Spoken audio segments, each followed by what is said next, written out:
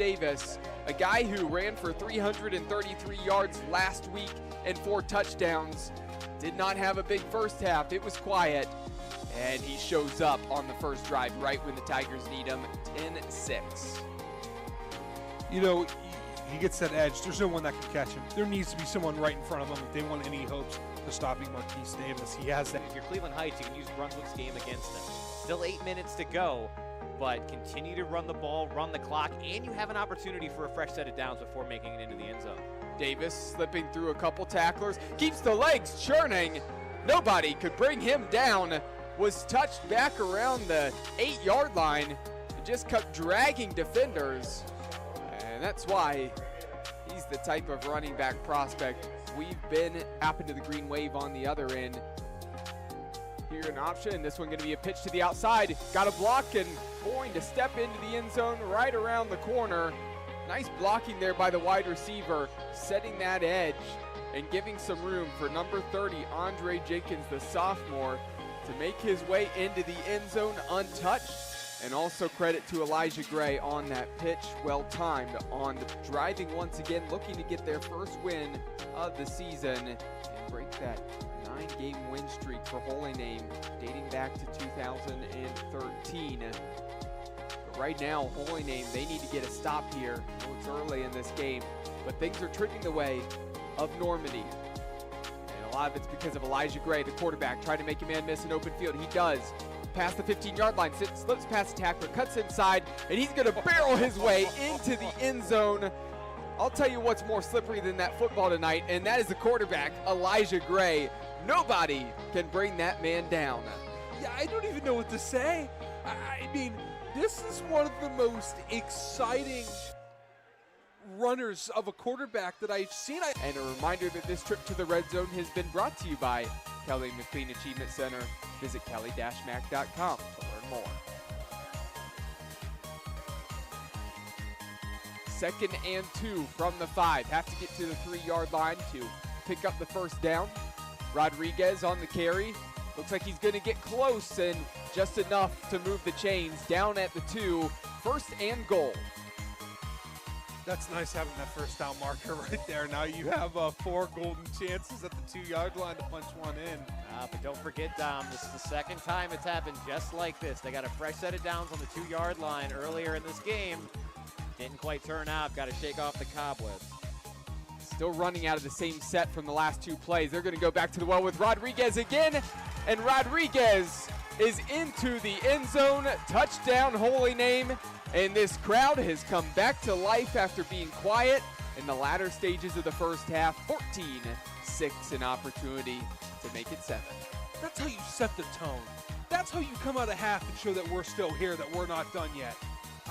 This is a tough group, as Ryan Day said in his post-game interview after the Notre Dame game. This is a tough team. That's what we're... From Drew Aller's coming out party in 2020 for Medina against Iggy and Ed's, to Lamar Sperling's record-breaking 356-yard performance in the 2022 Division State Championship game for Hoban, Vince McKee has seen it all covering high school football. Nothing says passion like playing under those vaunted Friday night lights. Now, for the first time ever, McKee chronicles the biggest names and moments since he started on the beat in 2015 with his newest book, Ohio High School Football Warriors. It is all here, from the recent St. Ed's three-peat for Division I state championships to Massillon winning their first outright state title in 2023. Each of the nearly 150 games that he has covered is recapped in vivid detail with a warrior or warriors selected from each game. From end zone to end zone, McKee has covered every big and small school in his time on the beat. From Westlake to Wadsworth and Avon to Amherst, nothing is missed in Ohio High School Football Warriors. Pick yours up on Amazon today. B.A. Sweetie Candy Company. The world's most famous candy company is right here in our backyard. They are located at 6770 Brook Park Road in Cleveland, and it is a candy lover's paradise. They have every candy from your childhood, so make sure to visit them today. Advanced Mobile IV. At Advanced Mobile IV, they bring the IV therapy right to you. Whether you're at home, in your office, or staying in a hotel, they offer IV therapy for optimal wellness and convenience. They're ready to serve whenever clients ask things like, "Where can I find IV vitamin therapy near me?" Or how can I get an IV at home? If you just finished a hike or a workout, or maybe just need to replenish some vitamins and fluids, they have nurses happy to help. Aspen Property Services. If you want your yard to look perfect, leave it up to the pros of Aspen Property Services. Call and ask for details at 720-215-1786. They are the leaders in the landscaping industry and can help with restoration and regular maintenance. Advanced Diagnostics Auto Repair. If you want dealership quality at a fraction of the cost, visit Advanced Diagnostics Auto Repair at 23779 Lorraine Road in North Olmsted, and you won't be disappointed. You need a repair shop that you can trust, and they know the repair process is all about customer service. How they treat their customers is just as important, if not more important, than the quality of services they provide. They are always willing to discuss your repair needs before, during, and long after your visit. They treat you like family and won't stop until you're completely satisfied and road ready. 410 Painting. A great paint job will help double your property's worth and feel. Looks are everything when it comes to a great first impression, and Brent Phelan of 410 Painting understands that. His quality of work can be seen at every level. He's dependable, conscientious, professional, and flexible. Add-ons and changes are answered with a smile, as 410 understands your ever-changing needs. At 410 Painting, it's dedication and quality you can see. Run some type of rule out here if they're going to pass it, but there is an overhang on the right. They need to be careful. Roxandich, the keeper, up the middle, keeps the legs churning, and he fought for that football. It was nearly ripped out of his hands by the edge rusher there. That was defensive end number 53, Rodney Harris, who nearly ripped that out of the arms of Roxandich, and Roxandich said, nope, give me that, I'm holding on to this, and reaches that arm towards the plane, broke it, and that's a touchdown and now a lead for the Blue Devils. Woo, I got chills here, Cole. This is a huge crowd here for Brunswick here tonight, and Roxandich gave them something to cheer for. Going in, a lot of people doubted Brunswick. It's an early lead. They have to stay consistent. Anytime this Cleveland Heights team has their talented players, their smart players on the field, they have a chance to win the game. They need to be a little bit more. The adrenaline stops you. They need to get back up to that pace here. First and goal from the 10-yard line. Davis bouncing it to the outside, and he's going to walk into the end zone untouched, and just like that. 4 plays, 4 runs, all carries for Marquise Davis, a guy who ran for 333 yards last week and 4 touchdowns. Did not have a big first half. It was quiet, and he shows up on the first drive right when the Tigers need him, 10-6. You know, he gets that edge. There's no one that can catch him. There needs to be someone right in front of him if they want any hopes of stopping Marquise Davis. He has that. If you're Cleveland Heights, you can use Brunswick's game against them. Still 8 minutes to go, but continue to run the ball, run the clock, and you have an opportunity for a fresh set of downs before making it into the end zone. Davis slipping through a couple tacklers, keeps the legs churning. Nobody could bring him down.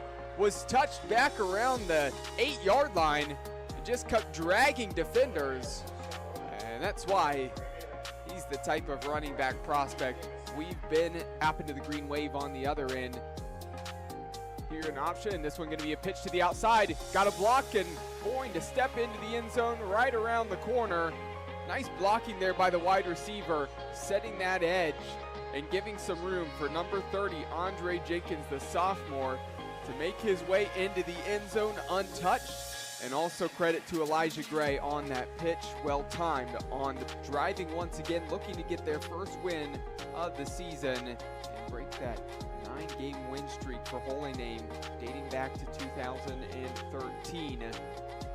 But right now, Holy Name, they need to get a stop here. I know it's early in this game, but things are trending the way of Normandy. And a lot of it's because of Elijah Gray, the quarterback, trying to make a man miss an open field. He does.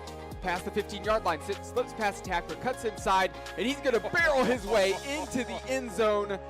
I'll tell you what's more slippery than that football tonight, and that is the quarterback, Elijah Gray. Nobody can bring that man down. Yeah, I don't even know what to say. I mean, this is one of the most exciting runners of a quarterback that I've seen. And a reminder that this trip to the Red Zone has been brought to you by Kelly McLean Achievement Center. Visit kelly-mac.com. Live from Ken Duke Stadium in beautiful Medina, Ohio. It is week 8 of the Keon Sports High School football game of the week. That's right, folks. Just 3 games left. And tonight we've got a good one for you. A playoff rematch, a conference rivalry. The Cleveland Heights Tigers traveled in to take on the Medina Battling Bees. I'm Brandon Soder. Alongside me is Dom Clary and Darian Jackson, as always. And as we alluded to, these teams obviously have some history with each other. That playoff match last year, divisional semis, or regional semis rather, one of, if not the best game that we got to cover during the playoffs. We didn't have a broadcast of it. We had writers out there. 21-20. Cleveland Heights tried going for 2 at the end. They didn't have any interest in going to overtime. Didn't work out for them. Still great teams on both sides of the ball. Both teams in a little bit of a different position this year. Cleveland Heights coming in at 3-4, Medina 2-5. Not necessarily the records that they were hoping for, but still, be it a rivalry, teams that are familiar with each other. Dom, what are you expecting to see here today? Yeah, I'm very curious on how this game's going to go. Medina's kind of building for the future. They lost some talent last year. This year is more of, all right, let's do the best we can so we can get into the playoffs and show out for these seniors, but also freshmen, sophomores, juniors. What do we have for years to come? Cleveland Heights had a lot of talent returning. We certainly thought that this team was going to push themselves to the next level and be a top competitor in the playoffs this year, and the record hasn't displayed that. They have the talent. If they can put it all together here late into the season, there is no doubt that this team can make a playoff push that we were originally expecting at the beginning of the year, but it starts today and having a dominating performance and executing. I expect both teams to come out hungry, looking something to prove here tonight. Absolutely, Dom. Teams getting ready to take the field, so we're going to take a quick break, folks. This was your pregame show brought to you by the Cement Mason Local 404 Union. We'll be back with kickoff in just a moment. Run some type of rule out here if they're going to pass it, but there is an overhang on the right. They need to be careful. Roxandich, the keeper, up the middle, keeps the legs churning, and he fought for that football. It was nearly ripped out of his hands by the edge rusher there. That was defensive end number 53, Rodney Harris, who nearly ripped that out of the arms of Roxandich, and Roxandich said, nope, give me that. I'm holding on to this. And reaches that arm towards the plane, broke it, and that's a touchdown and now a lead for the Blue Devils. Woo, I got chills here. Cool. This is a huge crowd here for Brunswick here tonight. And Roxandich gave them something to cheer for. Going in, a lot of people doubted Brunswick. It's an early lead. They have to stay consistent. Anytime this Cleveland Heights team has their talented players, their smart players on the field, they have a chance to win the game. They need to be a little bit more. The adrenaline stops you. They need to get back up to that pace here. First and goal from the 10-yard line. Davis bouncing it to the outside, and he's going to walk into the end zone untouched, and just like that. 4 plays, 4 runs, all carries for Marquise Davis, a guy who ran for 333 yards last week and 4 touchdowns. Did not have a big first half. It was quiet, and he shows up on the first drive right when the Tigers need him, 10-6. You know, he gets that edge. There's no one that can catch him. There needs to be someone right in front of him. And getting ready for opening kickoff here, Medina is going to return. Cleveland Heights in their white uniforms, black helmets kicking off. Medina in the all yellow with white helmets, a look we haven't seen yet this year. Definitely not going to be difficult to see. We love a good number matchup, makes our job easier. And the kick is up, and we are underway. It's going to be fielded at the 20-yard line. Returner making his way up, cuts to the middle. He's going to get dragged down the 26-yard line. So the Medina Battling Bees going to start on offense, led by Kaysen DiUlio, the quarterback. Again, not the explosive, high-scoring Medina offense that we've been used to this point this year. They're looking to obviously change that narrative. They're going to have their work cut out for them, though. Cleveland Heights defense, the most they've given up this year was 35 in a one-possession game. Otherwise, this defense has been pretty much locked down to this point, despite the losing record. Medina going to get things started off. Spread offense, pistol formation.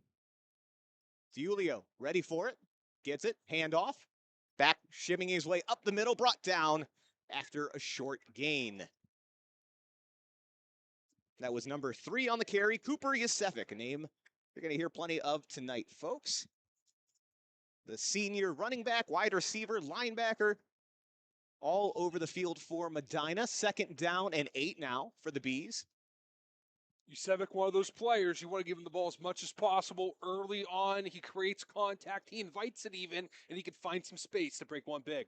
DiIulio bobbles the snap, but gets it, throws it, bounces off the head of a Cleveland Heights defender and falls to the ground. Looking at the wrong roster here. Jameel Ham getting in there, breaking that one up. Ham, a player that wanted to highlight 4 sacks on the year so far for Cleveland Heights. He's been a leader on that defensive line so far.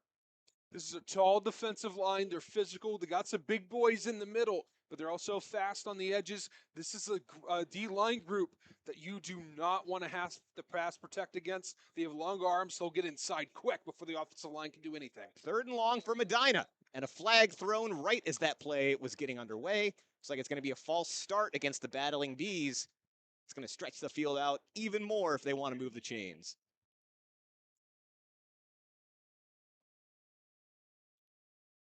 That's tough. They're called on the wide receiver, Kellen Hathaway. So now going to be 3rd and 13. Not how you wanted to start this game if you were Medina. Teams back up to the line. Shotgun this time. 2 receivers left, 2 to the right. DiIulio rolling out, looking for a receiver. Stops, plants, throws. Gets a receiver up the middle of the field. Did he hang on to it? They're going to say he did. Not quite enough for the first down, but Max Myers on the diving reception for Medina. Now going to be 4th and short. Looks like offense might be staying out. They're spreading out again. 4th and 5. Medina potentially going for it early. There's 3 receivers out to the left. Now sending a man in motion, 3 receivers to the right. And it will actually be a punt as DiIulio pulls it down, kicks it away. Ball still rolling. That is going to be downed right about the 31-yard line. Made us really believe that he was about to go for that. They did. And again, it's nice when you have a quarterback that can punt because you can catch him off guard like that. Again, no returners back there whatsoever. So, not the best result. You got a 3 and out if you're Medina, but also not the worst position or field position in the world for your defense. Yeah, it's something we used to see a lot in the NFL.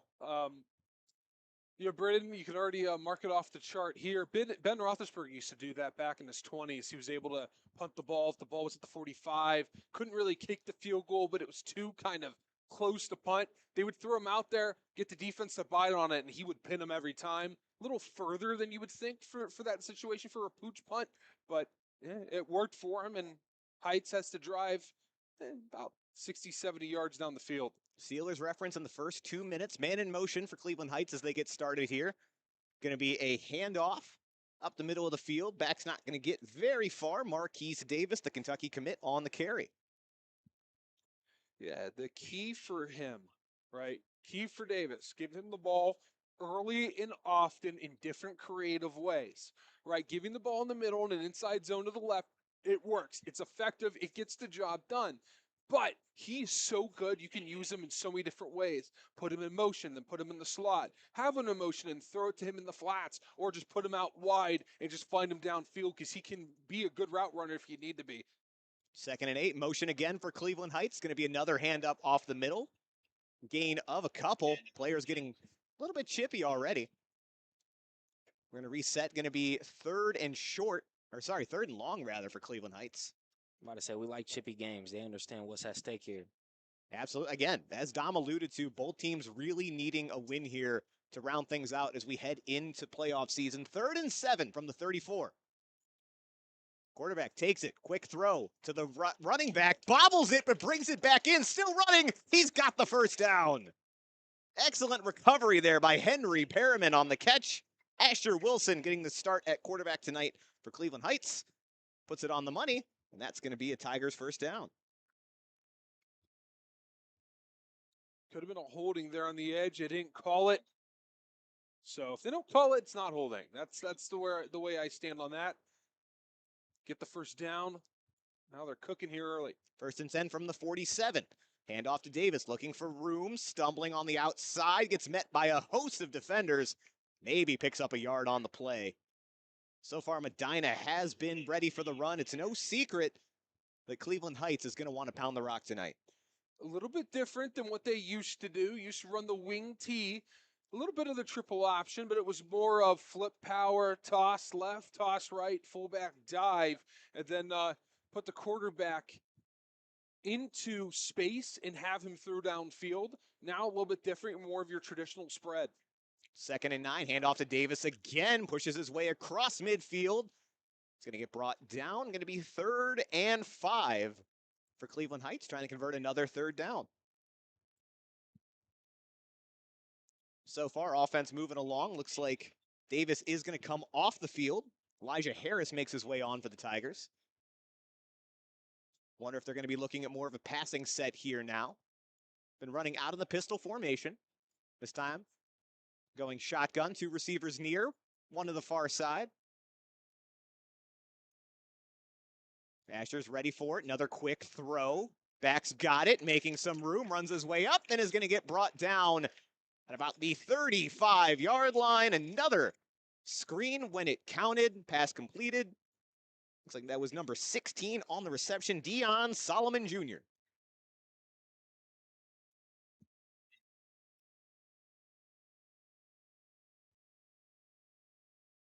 Now going to be a fresh set of downs for Cleveland Heights. 1st and 10 from the 36-yard line, now in Medina territory.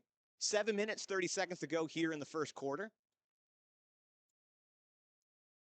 Asher Wilson sets, sends a man in motion. Snap is down, hands it off. The back is met immediately and dropped for a loss. You guessed it, folks. Cooper Yusefik into the backfield. That's going to be a loss of 3 on the play.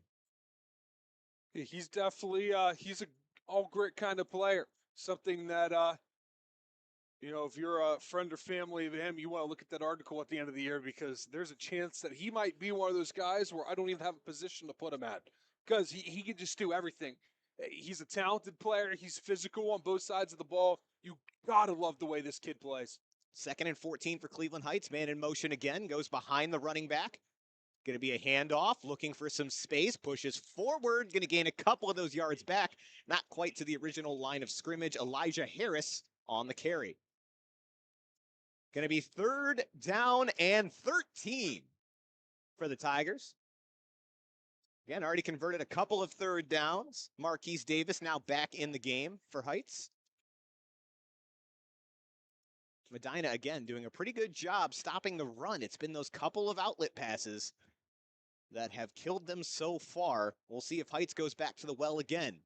3rd and 13.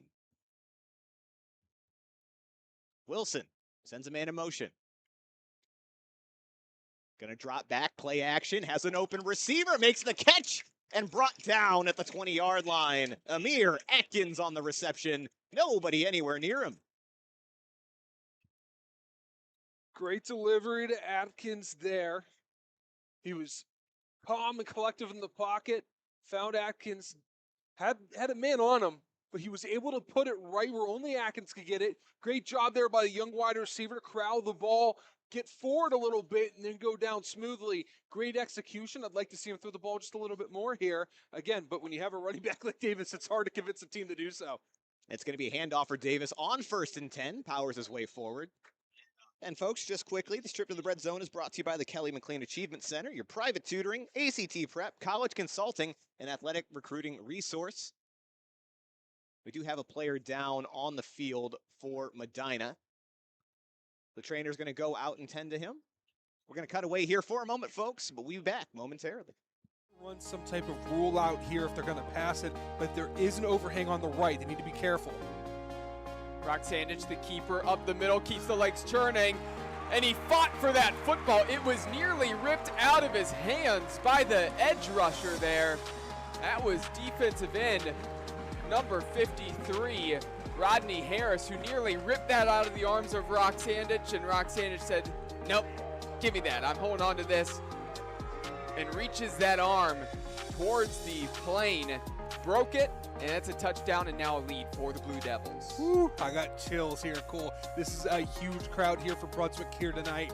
In Roxandich gave them something to cheer for. Going in, a lot of people doubted Brunswick. It's an early lead. They have to stay consistent. Anytime this Cleveland Heights team has their talented players, their smart players on the field, they have a chance to win the game. They need to be a little bit more. The adrenaline stops you. They need to get back up to that pace here.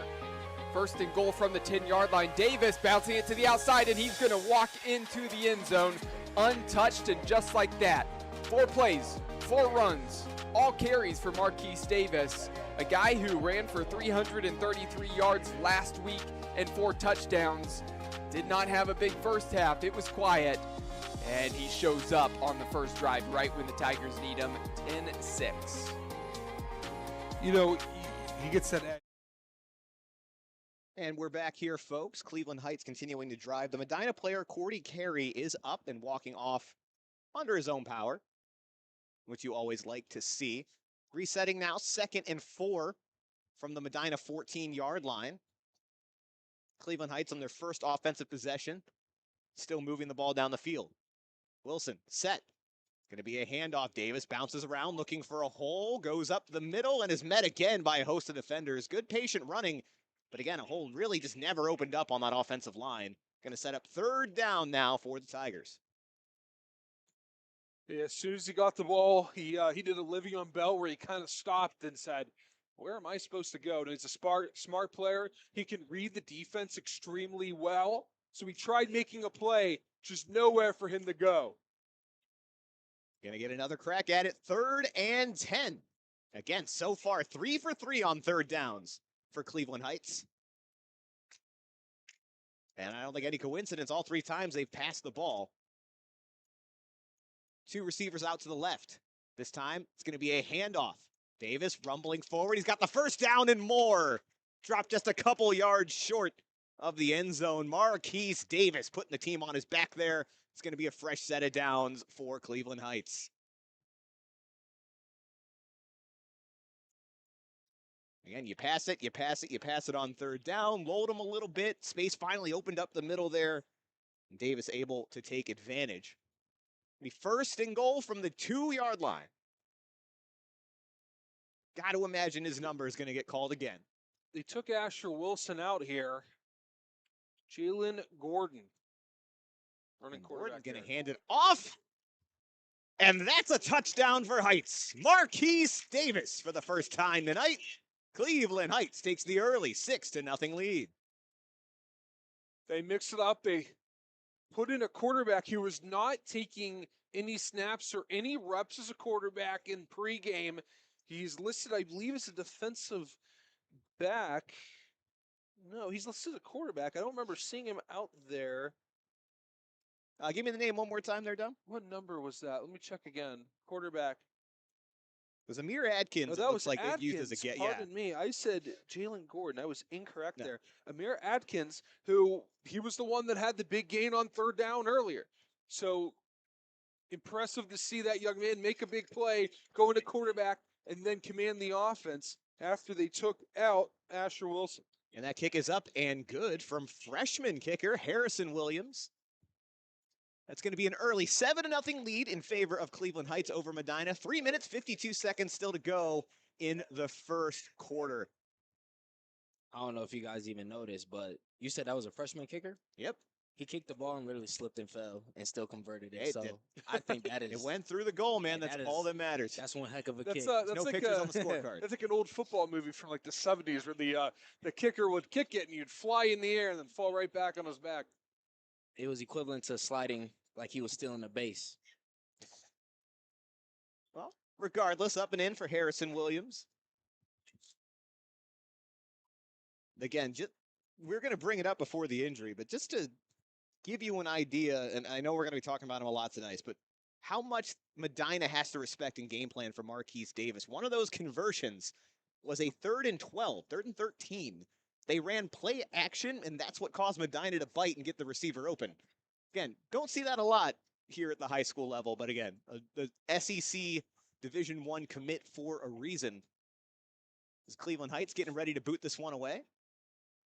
Kick is up, going to be fielded at the 25. Returner now making his way to the opposite field, but he's going to get chased down. Very little gain on that. It's like number 87, Landon Pohl, got in there on the tackle for Cleveland Heights. Medina going to start this just about the 25-yard line where that ball was picked up. So Medina, another opportunity, went 3 and out on their first offensive possession. Still plenty of time in this one. 3 minutes, 46 seconds here in quarter number 1. DiUlio spreading it out. 2 receivers to the left, 2 to the right. Takes it, going to look to throw. Quick screen pass, throws it high, but hauled in. Still, that receiver is going to get brought down for a loss of 1. Again, completed on the pass, but just no room to run there for Brian Witcher. You mentioned Davis. He's an SEC recruit. Kentucky at one point was one of those schools you went to. It's like, are you really playing SEC ball? Not the case anymore. If you go to Kentucky, doesn't matter what position, doesn't matter for what, where, for why, but if you're going to Kentucky to play football, you're a darn good football player. Second down for Medina. They're going to run it this time. The back's making his way up. Barrels a couple of defenders over. Cooper Yasefik with a huge gain for Medina, and that's going to move the chains.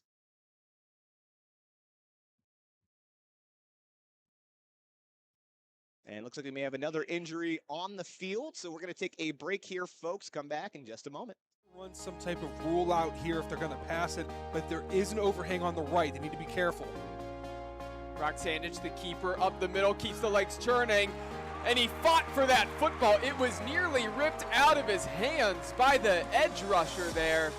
That was defensive end number 53, Rodney Harris, who nearly ripped that out of the arms of Rock Sandage, and Rock Sandage said, nope, give me that, I'm holding on to this, and reaches that arm towards the plane, broke it, and that's a touchdown and now a lead for the Blue Devils. Woo, I got chills here. Cool. This is a huge crowd here for Brunswick here tonight.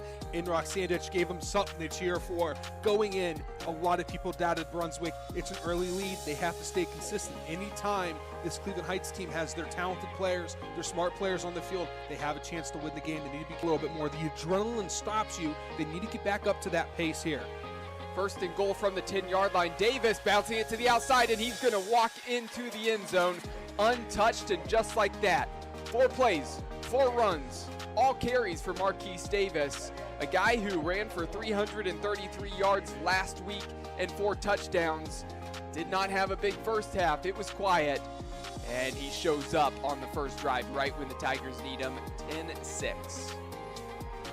You know, he gets that edge. There's no one that can catch him. There needs to be someone right in front of him if they want any hopes of stopping Marquise Davis. He has that. If you're Cleveland Heights, you can use Brunswick's game against them. Still 8 minutes to go, but continue to run the ball, run the clock, and you have an opportunity for a fresh set of downs before making it into the end zone. Davis slipping through a couple tacklers, keeps the legs churning. Nobody could bring him down. Was touched back around the 8-yard line and just kept dragging defenders. And that's why he's the type of running back prospect we've been. Happened to the green wave on the other end. Here an option. This one going to be a pitch to the outside. Got a block and going to step into the end zone right around the corner. Nice blocking there by the wide receiver, setting that edge and giving some room for number 30, Andre Jenkins, the sophomore, to make his way into the end zone untouched. And also credit to Elijah Gray on that pitch, well timed on the driving once again, looking to get their first win of the season.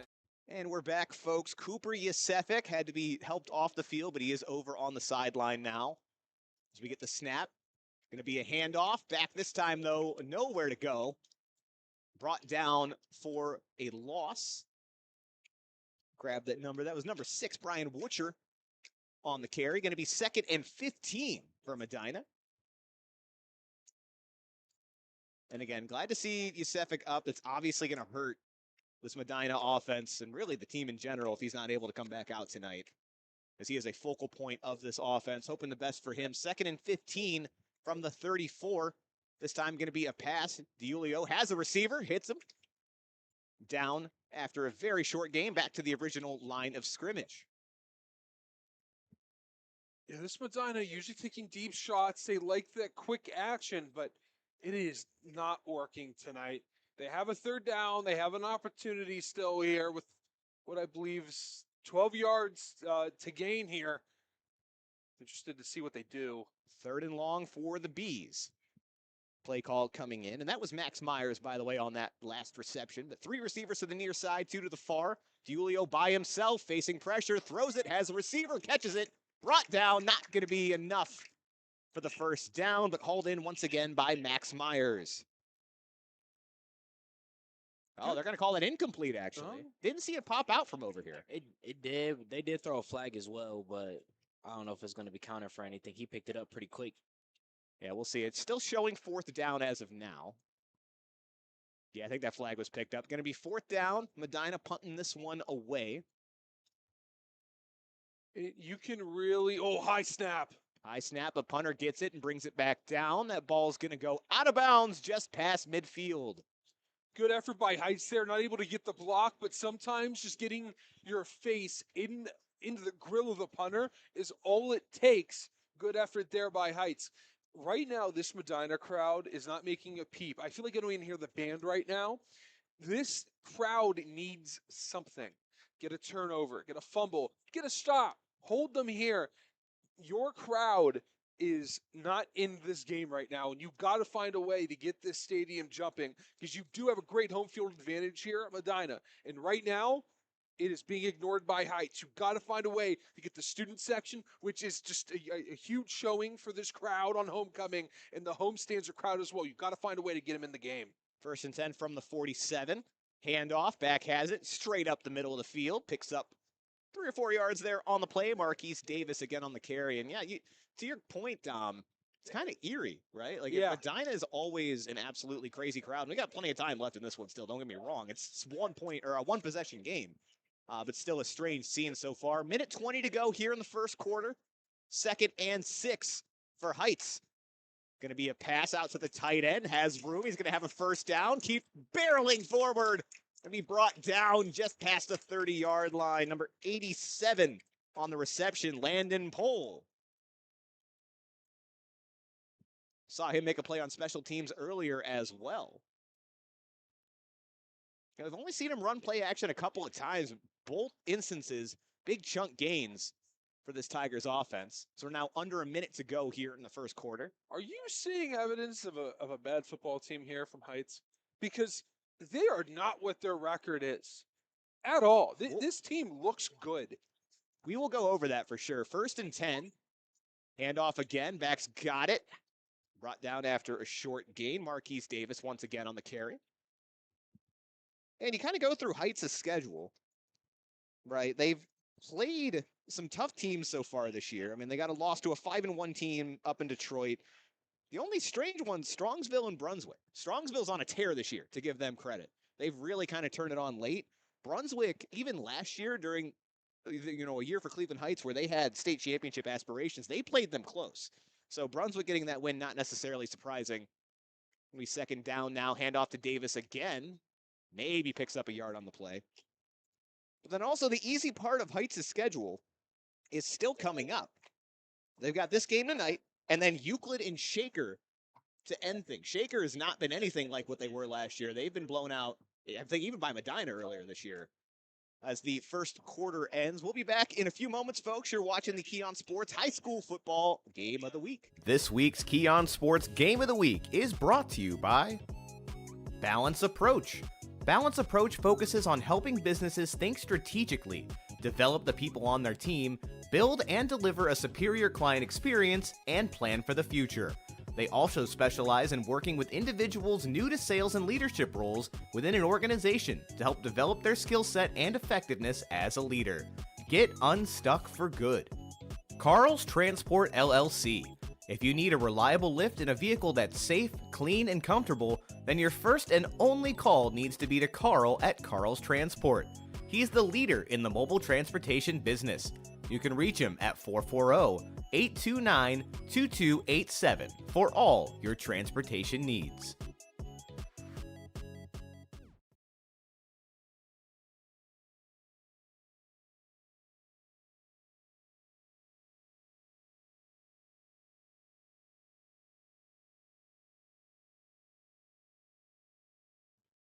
Entering the second quarter of action here from Ken Duke Stadium in Medina, Cleveland Heights has traveled in to take on Medina. Heights currently leading this one 7-0. They're driving nearly into the red zone. Going to be 3rd and 4. See if they can stay perfect on 3rd down. Man in motion, handoff again. Back's got some room on the outside. Still pushing, has the first down. Eventually forced out of bounds past the 20-yard line. Marquise Davis again getting the carry. Plenty of production from him so far tonight. And folks, this trip to the red zone is brought to you by the Kelly McLean Achievement Center. Your private tutoring, college prep, ACT prep, college consulting, and athletic recruiting resource. I think I'd have that memorized by now. Probably will by the end of the night, the way things are going for Cleveland Heights. They have looked unstoppable on offense, Tom. Yeah, and they've gone to the well of just handing Davis the ball over and over again, and they put Atkins back there once again. That is Atkins. I said the wrong name earlier. Pardon me on that, but it is Atkins. We're going to get a timeout for Cleveland Heights. Yeah, before tonight's game, Amir Atkins, they put him in every once in a while. 1 for 3 passing so far this year. So definitely not a regular starting quarterback, but he's one of those guys that is athletic enough to where you can kind of put him wherever you need, kind of open things up, for somebody like Davis and the rest of this offense. So not shy putting him back there. No, I'd like to see if they're putting him back there to run some options, some read option. I would like to see if that is the case. They haven't had him pull one yet, or he hasn't had the read for it. But I'd like to see if that's why they're running this. Or else I'd be very confused why they're taking, out Asher Wilson, who's done well today. To your point, Amir Atkins, 44 carries so far this year for 264 yards. So got to imagine that's the plan. As he's back there again with Davis, 1st and 10 from the 16. And Atkins is going to keep it, pitches it out. Back still looking for some room. He's going to get brought down for a loss, though. Blocker's not quite developing the way they hoped. Henry Perriman is the one that eventually ended up with the ball on that play. Perriman's down. And now we do have another injury, as we mentioned. That is Henry Perriman. Trainer's going to go out and tend to him. So we're going to take a quick break, folks. We'll be right back. Run some type of rule out here if they're going to pass it, but there is an overhang on the right. They need to be careful. Roxandich, the keeper, up the middle, keeps the legs churning, and he fought for that football. It was nearly ripped out of his hands by the edge rusher there. That was defensive end number 53, Rodney Harris, who nearly ripped that out of the arms of Roxandich, and Roxandich said, nope, give me that. I'm holding on to this, and reaches that arm towards the plane, broke it, and that's a touchdown and now a lead for the Blue Devils. Woo, I got chills here, Cole. This is a huge crowd here for Brunswick here tonight, and Roxandich gave them something to cheer for. Going in, a lot of people doubted Brunswick. It's an early lead. They have to stay consistent. Anytime this Cleveland Heights team has their talented players, their smart players on the field, they have a chance to win the game. They need to be a little bit more. The adrenaline stops you. They need to get back up to that pace here. 1st and goal from the 10-yard line. Davis bouncing it to the outside, and he's going to walk into the end zone untouched, and just like that, 4 plays, 4 runs, all carries for Marquise Davis, a guy who ran for 333 yards last week and 4 touchdowns. Did not have a big first half. It was quiet, and he shows up on the first drive right when the Tigers need him, 10-6. You know, he gets that edge. There's no one that can catch him. And we're back here, folks. Second quarter of action. Henry Perriman for Cleveland Heights was initially being carried off, but now walking off under his own power. So great to see from the junior running back. But it's 2nd and 12 now for Cleveland Heights. Quick throw out, tight end screen. He's got it, but dragged down after little to no gain. Landon Pohl once again on the reception. On that note, Asher Wilson is back in the game at quarterback. Seems like so far they've been going to Pohl quite a bit, and you can understand it. Senior tight end, 6'5", 230 pounds. It's a big target, Dom. It's a big target. He's also fast. He runs like Gavin Bartholomew from Pitt, where he's almost a big, barreling tight end. They like him blocking. You can see it a lot in their counter and power fits. But they like him in the flats, having room to run with outside blockers leading the way for him. 3rd and 14. Going to be a handoff for Davis, who has room. He's going to have the 14 and more. Touchdown, Heights. Marquise Davis, for the 2nd time tonight, finds pay dirt. 3rd and long does not matter. Cleveland Heights is not afraid to run the ball. That's going to put them up 2 scores here, still early in the 2nd quarter. 10 minutes, 56 seconds to go before halftime. There's something about that third down that they feel like the utmost confidence in their completion. They have not missed so far. No, they have been perfect on 3rd down. And for Medina, you got to give your offense a chance. You know what I mean? Like that's 2 long sustained drives for Cleveland Heights. And they are dominating time of possession so far here tonight. Extra point now. Medina gets the jump. But it looks like that play was blown dead as maybe Darnell Davis went a little bit too early for the Bees. Dead ball. Yeah, they're going to call that encroachment. So we're going to go ahead and kick this one again. It's unfortunate despite that. Marshall Owings, or sorry, not Owings. I'm on the wrong side. Harrison Williams did put that one up and through. But we're going to inch a little closer and try it again.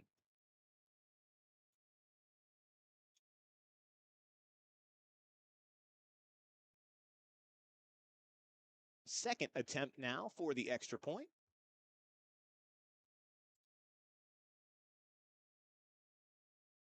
Ball is down. Kick is up. And for the 2nd time tonight, really the 3rd time, if you want to get technical, it's good for Harrison Williams. As I mentioned, 10 minutes, 56 seconds to go here in the first half. It's been all Cleveland Heights so far, as they are leading Medina 14-0. Medina's offense, only 1 first down so far tonight. They've really struggled to get things going. You got to imagine they're hoping for a sustained drive here, not only to show that they can get some momentum on offense, but also to give this defense a break. Because, again, like I mentioned, all time of possession has been for Cleveland Heights so far. That Bees defense has got to be exhausted to this point. But that's Cleveland Heights' game. Even back to last year when they were looking to make a deep run in the playoffs. That was an excellent team. But they were not a super high scoring offense. They were going to grind it out. They were going to control the game, control the tempo. It's exactly what they did until they ran into Medina in the state playoffs last year. Ready to kick this one off now for the 3rd time tonight. Cleveland Heights is ready. Ball is up. Going to be fielded at the 25-yard line. Once again, returner looking for space and hit hard on his way down there. Sidney Lloyd, the returner for Medina. And we're going to take another break, folks, as Lloyd is on the ground. We'll be back here in just a moment. Run some type of rule out here if they're going to pass it, but there is an overhang on the right. They need to be careful. Brock Sandage, the keeper, up the middle, keeps the legs churning. And he fought for that football. It was nearly ripped out of his hands by the edge rusher there. That was defensive end number 53, Rodney Harris, who nearly ripped that out of the arms of Rock Sandage. And Rock Sandage said, nope, give me that. I'm holding on to this. And reaches that arm towards the plane. Broke it, and that's a touchdown and now a lead for the Blue Devils. Woo, I got chills here, Cole. This is a huge crowd here for Brunswick here tonight, and Rock Sandage gave them something to cheer for. Going in, a lot of people doubted Brunswick. It's an early lead. They have to stay consistent. Anytime this Cleveland Heights team has their talented players, their smart players on the field, they have a chance to win the game. They need to be a little bit more. The adrenaline stops you. They need to get back up to that pace here. 1st and goal from the 10-yard line. Davis bouncing it to the outside, and he's going to walk into the end zone untouched, and just like that. 4 plays, 4 runs, all carries for Marquise Davis, a guy who ran for 333 yards last week and 4 touchdowns. Did not have a big first half. It was quiet, and he shows up on the first drive right when the Tigers need him, 10-6. You know, he gets that edge. There's no one that can catch him. There needs to be someone right in front of him if they want any hopes of stopping Marquise Davis. He has that. If you're Cleveland Heights, you can use Brunswick's game against them. Still 8 minutes to go. but continue to run the ball, run the clock, and you have an opportunity for a fresh set of downs before making it into the end zone. Davis slipping through a couple tacklers, keeps the legs churning. Nobody could bring him down. Was touched back around the 8-yard line and just kept dragging defenders. And that's why he's the type of running back prospect. And we're back here, folks. Second quarter of action, 10 minutes, 53 seconds to go. Sidney Lloyd for Medina did eventually get up, make it off under his own power. 1st and 10 from the 36-yard line. DiUlio looking to throw, rolling out, facing pressure, throws. That's going to fall incomplete. Just had to get rid of that one there. So he had 2 Cleveland Heights defenders right in his grill. I generally don't know what Medina has to do. They're just getting beaten every measurement right now. I just don't have a correction for him. 2nd and 10, DiUlio looking to throw deep this time, has a receiver in double coverage. That's broken up and intercepted by Cleveland Heights. Deshaun Phillips. They called it incomplete, Brandon. Oh. That could have been one of the all-time interceptions that we've seen at this level. But no, it must have just barely hit the ground. Unbelievable. We'd have been sending that one to Sports Center. Again, Deshaun Phillips wasn't even one of the backs in that broke that up. DiUlio tried forcing it into double coverage, but he saw that ball pop up in the air, made a diving attempt at it, didn't quite pick it up. So now 3rd and 10. Medina gets away with one. DiUlio, quick wide receiver screen, looking for some room, going to the sideline, running his way up. He's going to get knocked down short of the first down. Interested to see if Medina decides to go for it, down 14 here early. And that was number 6, Brian Butcher, on the reception. And it looks like the punt unit is going to come out for the Bees. The Battling Bees, mind you. Got to get that one right.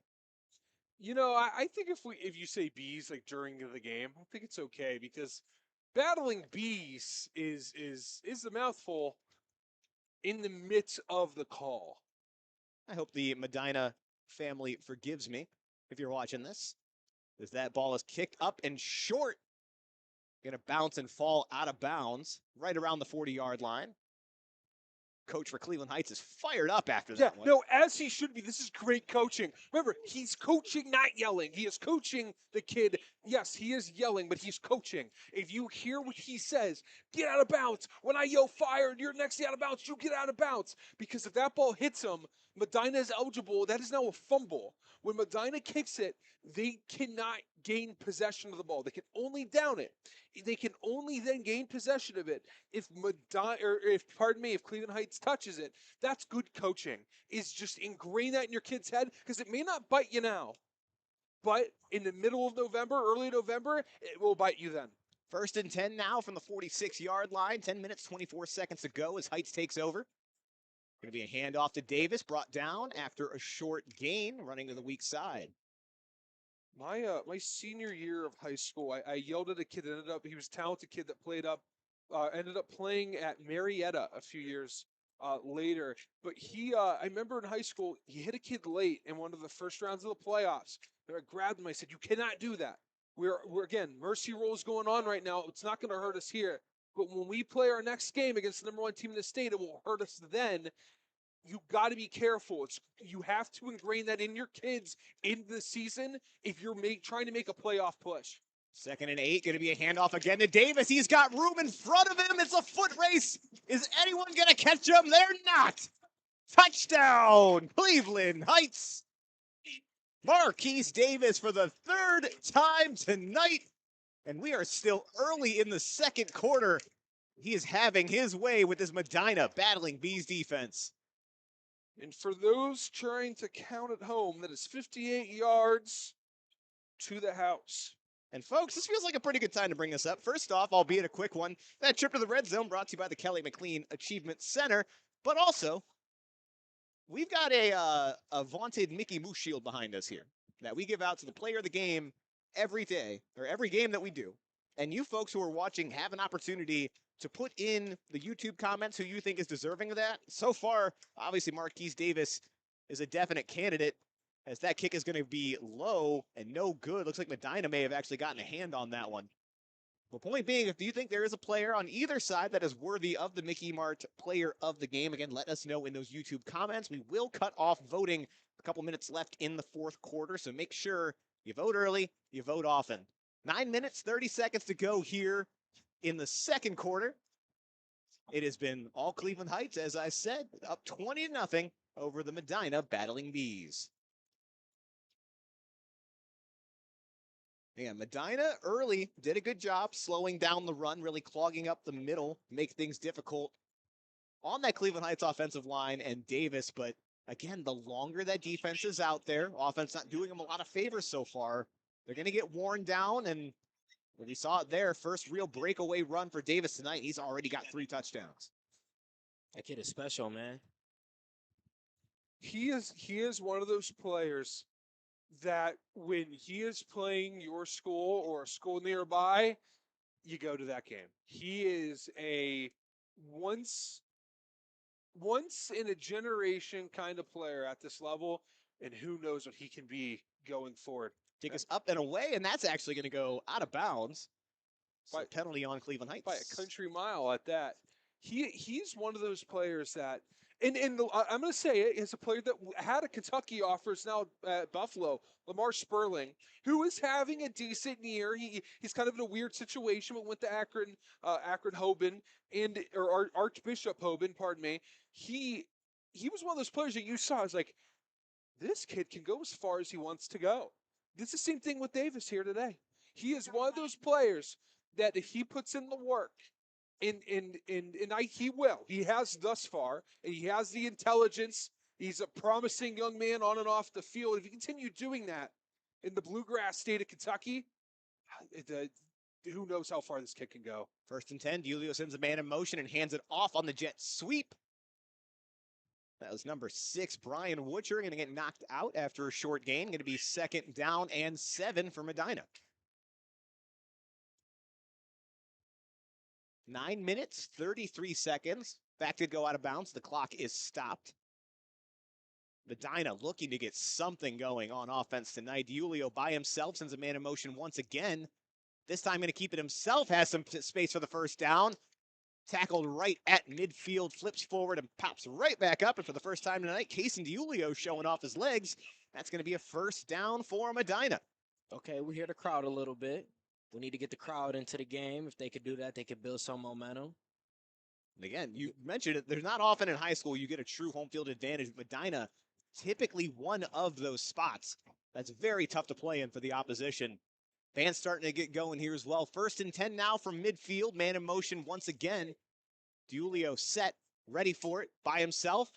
Looked to take off, but we've got a penalty flag before things got going. You know, that would be interesting if we did make a toughest places to play.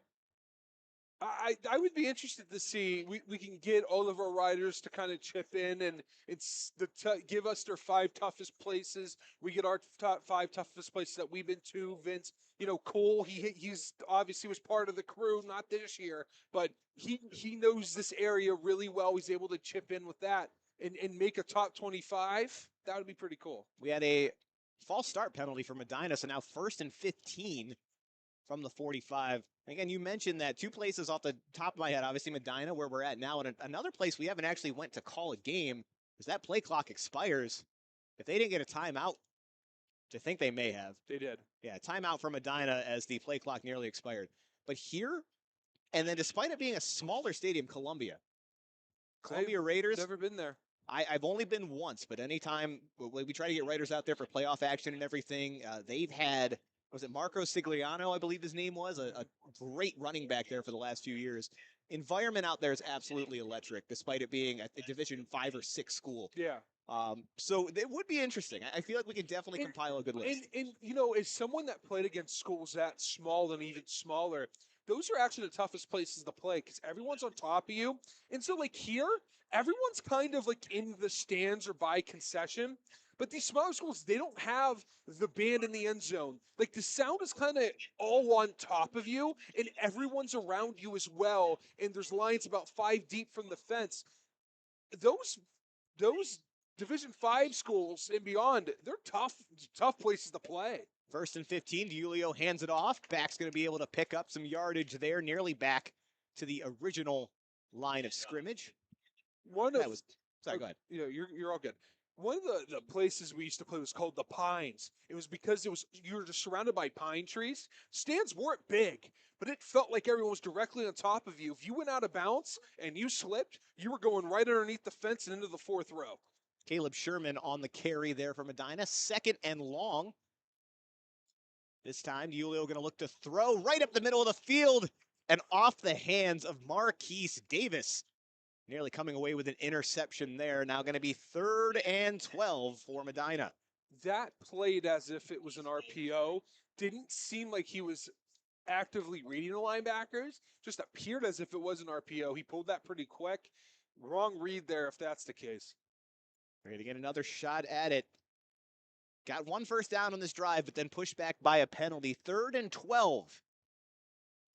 4 receivers on the near side. Julio's going to keep it himself, has some space, still rumbling forward, and he's going to get brought down short of the sticks. Feels like we've been saying that a lot tonight. Medina's been able to move the ball on 3rd down, but every time coming up 4 or 5 yards short of the yard to gain. We'll see if they go for it here. Most of the offensive units still on the field, now in Cleveland Heights territory. Looks like we're going for it. 4th and 3. Julio by himself. We'll see if he throws or decides to punt here. He is going to look to throw now. Deep down the left side, has a one-on-one and overthrows his receiver. Brian Wutcher there trying to make the catch. And again, good coverage by Cleveland Heights. I don't fault Julio for going for that one-on-one there. Looked like number 7, Jalen Ward Effinger on the coverage for Cleveland Heights. Did a good job. And Heights now going to get the ball back on offense. Already up 20-0 over Medina. 7 minutes, 28 seconds to go here in the first half. About to say penalties kill, man. That extra 5 yards was something for them. It's been a recurring theme this year, not just for Medina, but for a lot of teams I feel like we've seen. They've been absolute drive killers. You get a little bit of momentum, then setting yourself 5-10 yards back. Absolutely killer. 1st and 10 now from their own 43-yard line. Man in motion for Cleveland Heights. Sets at the end of the line. Going to be a handoff for Davis. Bouncing to the near side. Picks up a couple on that carry. And apologies, Elijah Harris now in at running back for Cleveland Heights. Going to set up 2nd and 6. You know, I always wonder what kind of camera angles they be getting with these drones. Say, Medina's one of the few schools I've seen that have a drone actively up in the air at all times. So that is, I believe that's for their tight tape, which is for really the tackle box. It really helps your offensive lineman kind of break down film. 2nd and 6, back's got some room. A nice hole opened up by that offensive line and Elijah Harris. It's a nice chunk gain. That's going to push them into Medina territory, and that'll be a new set of downs for the Tigers.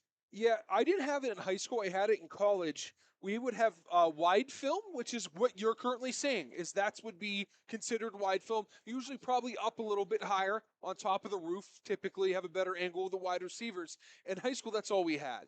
And sometimes we had tight film depending if the other team would give us it from the game. But in college, we would have someone up top and something that raised up, and they would get tight film for us. 1st and 10 from the 43. Going to be another run straight up the gut for Cleveland Heights. Going to be just short of a first down. Elijah Harris again on the carry.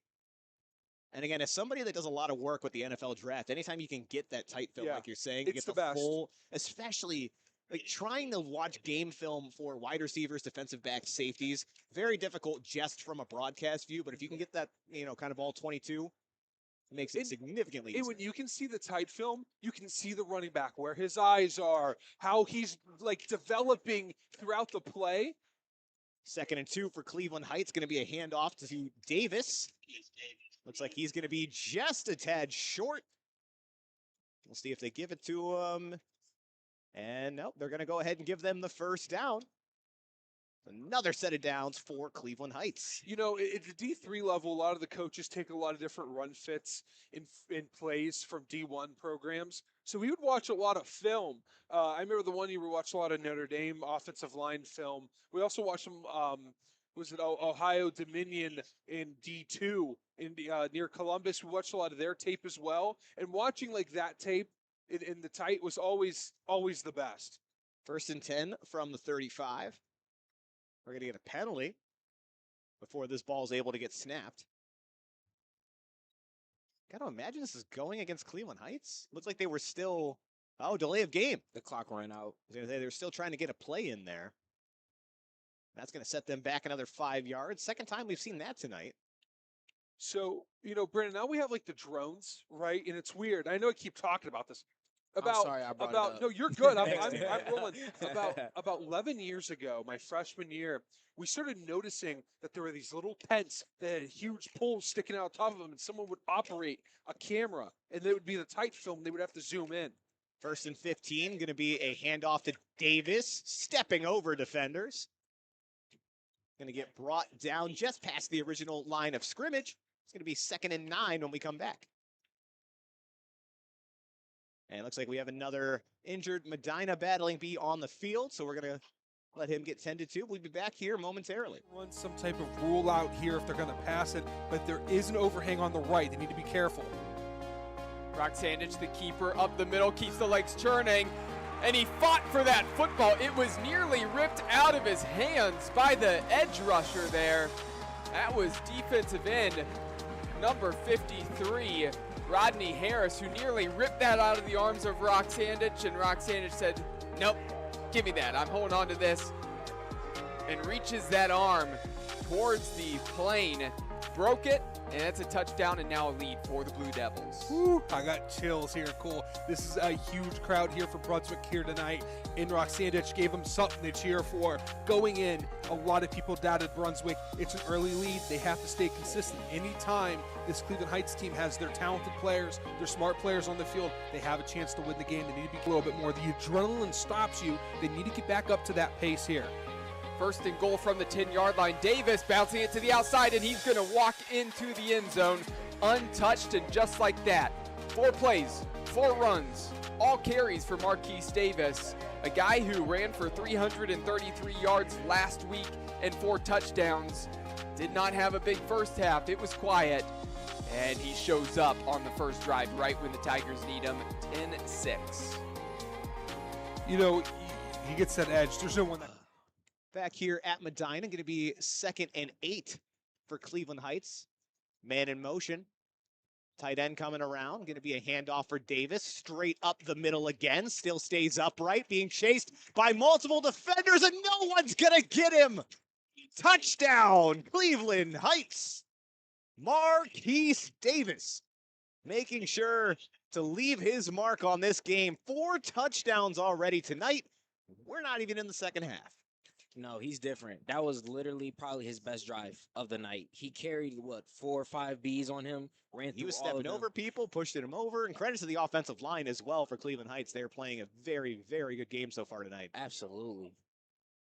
And folks did also want to update, Dylan Forrester was the injured Medina B on that previous play, but he did get up, walk off under his own power. They're going for 2 here with Atkins back there. See what happens. Atkins going to keep it himself, rolling out, going to throw, and has his man, and converts the 2-point conversion. Landon Paul, big tight end on the reception. That's just the 2nd completed pass for Amir Atkins on the year. It was a good one. Rolled out, put it right on the money. So that's going to move us to 28-0 in favor of Cleveland Heights over Medina. 4 minutes, 26 seconds to go here in the first half.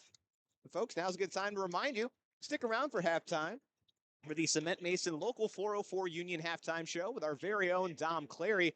He's going to take you all across the Northeast Ohio high school football scene, give you scoring updates, let you know about some of the other exciting games we have tonight. Only going to get better and better as we get closer to playoff time. Matchups getting more exciting, more crucial. Have a pretty good idea of what teams are by this point of the year. And I say that, but Cleveland Heights, they are not looking like a 3-4 team out here tonight. So far, they have dominated from beginning to end. We're just a couple points away from a running clock, still with time left here in quarter number 2. And mind you, it's 30. We didn't know this apparently We did not. for years. That it's ball it's nearly out of bounds, but somehow some crazy backspin stays in, recovered by Brian Wutcher from Medina. Sorry about that, Dom. Didn't mean to cut you off. no, you're doing your job and you're doing it well. It's 30. They only need 2 points here. So keep that in the back of your head. It's not 35 like we thought. We've been wrong for years. As the kids would say, that is our bad. Yeah, I've been. That's doing what this the kids say. apparently, yeah. So I I've been think that's told. what everyone says. Anyway, 1st and 10 from the 30-yard line. Medina still looking for their first points of the night. From the Dom's got me flustered over it. Thanks, Dom. Oh, you really think that way about me? 1st and 10 going to be a pass from DiUlio, and that's intercepted. Brought down for no gain on that interception, but number 34, Carter Armstrong. Great coverage there. Cleveland Heights going to take over deep in Medina territory. This defense is doing a great job flustering the young quarterback for Medina and flustering Brandon as well on the call. They're doing a great job of just covering everywhere on the field. Pass lanes are closed. Medina cannot run their offense here on homecoming night. We see Cleveland Heights getting ready to head back out there. Number 6, Sir Gibson, getting ahead of everybody. He's excited. He's waiting for the rest of the team. Great name, too, by the way, for Sir a wide Gibson? receiver. Sir Gibson. It's a great name. First team all name right there. 1st and 10 from Medina's 40-yard line. Cleveland Heights again up 28-0. 4 minutes, 20 seconds to go here in the first half. Man in motion. Going to be a play action pass. Receiver open up the middle, makes a cut, pushes forward, whips the ball around, hangs onto it. Nice physical run there by number 11, Amir Atkins. And they put athlete next to his name in the program, and I think that's a pretty fair title for this young man. He's been doing everything tonight for Cleveland Heights.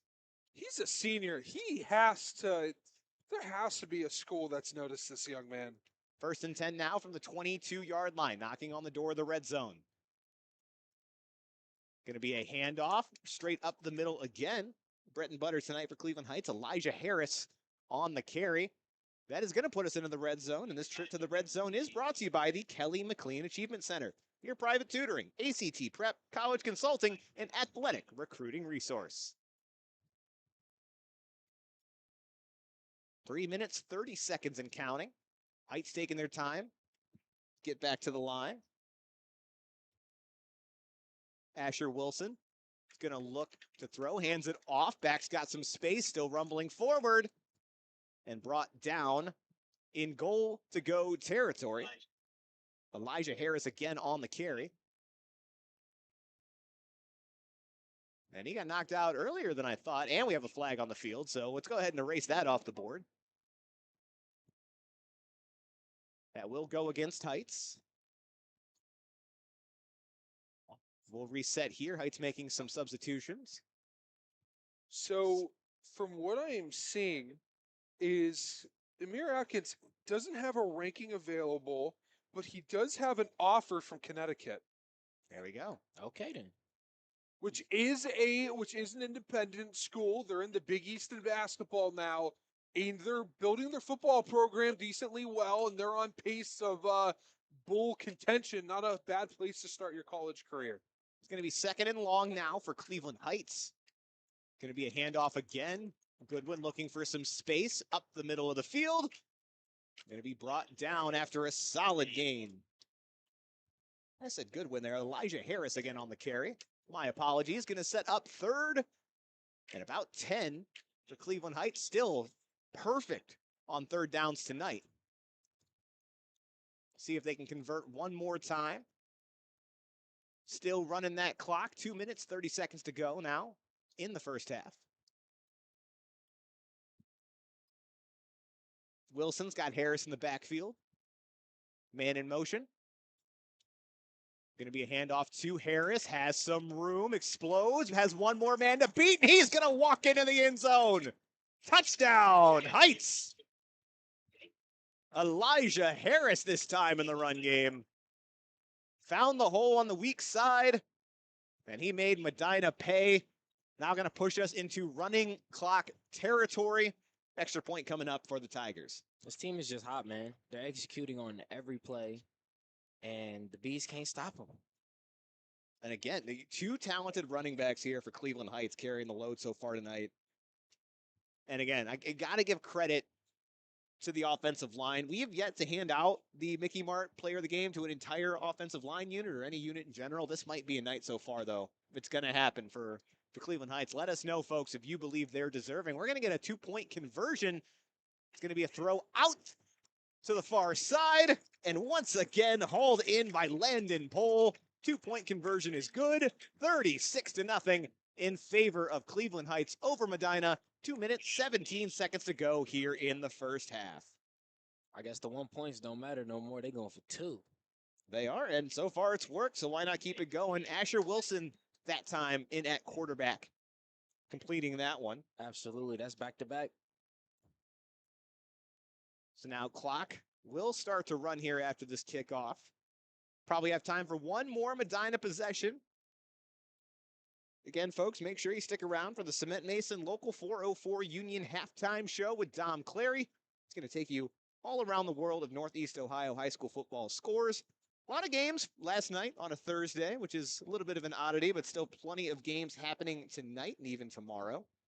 So make sure you stay tuned for that one. I have an update for Amir Adkins on his profile here via Scouting Ohio here after this play. That kick is up. Again to the same side, fielded at the 30, but dropped. And that's going to go on the Heights side of the field. Who fell on top of it? Heights thinks they have it. We'll see what the referee says. And Cleveland Heights picks up the muffed punt. And things just continue to get worse for the Battling Bees. That was Brian Wutcher there, just never really had control of it, came with full momentum, trying to field that short kick at the 30, just bounced off his chest. Now Cleveland Heights has the ball nearly in the red zone already. They're up 36-0. About 2 minutes to go here in the first half.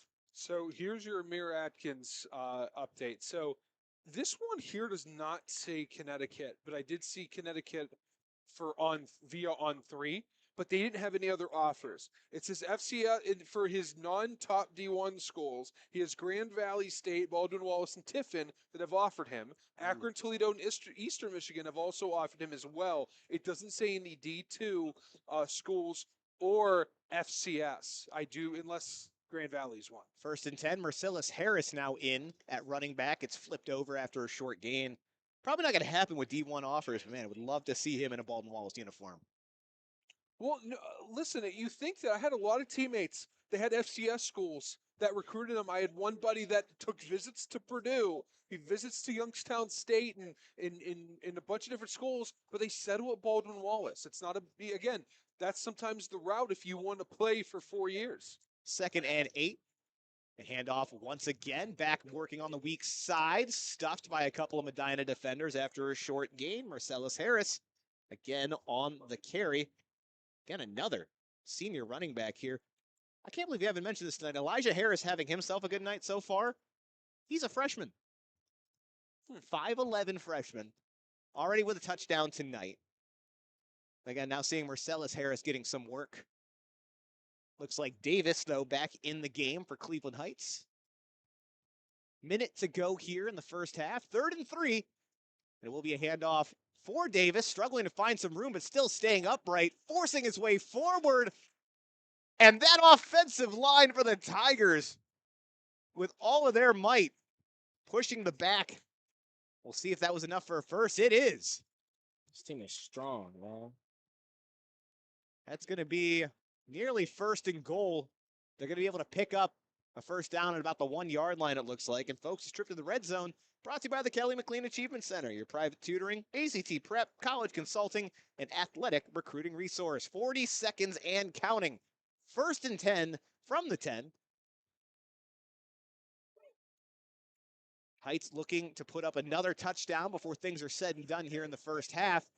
Going to be a handoff to Harris. Dropped after a very short gain, and that is Marcellus Harris. Got to make sure that I clarify there. A couple Harrises in at running back tonight for the Tigers. We're going to get a timeout for Cleveland Heights. It'll be 2nd and 9, 20 seconds to go here in the first half.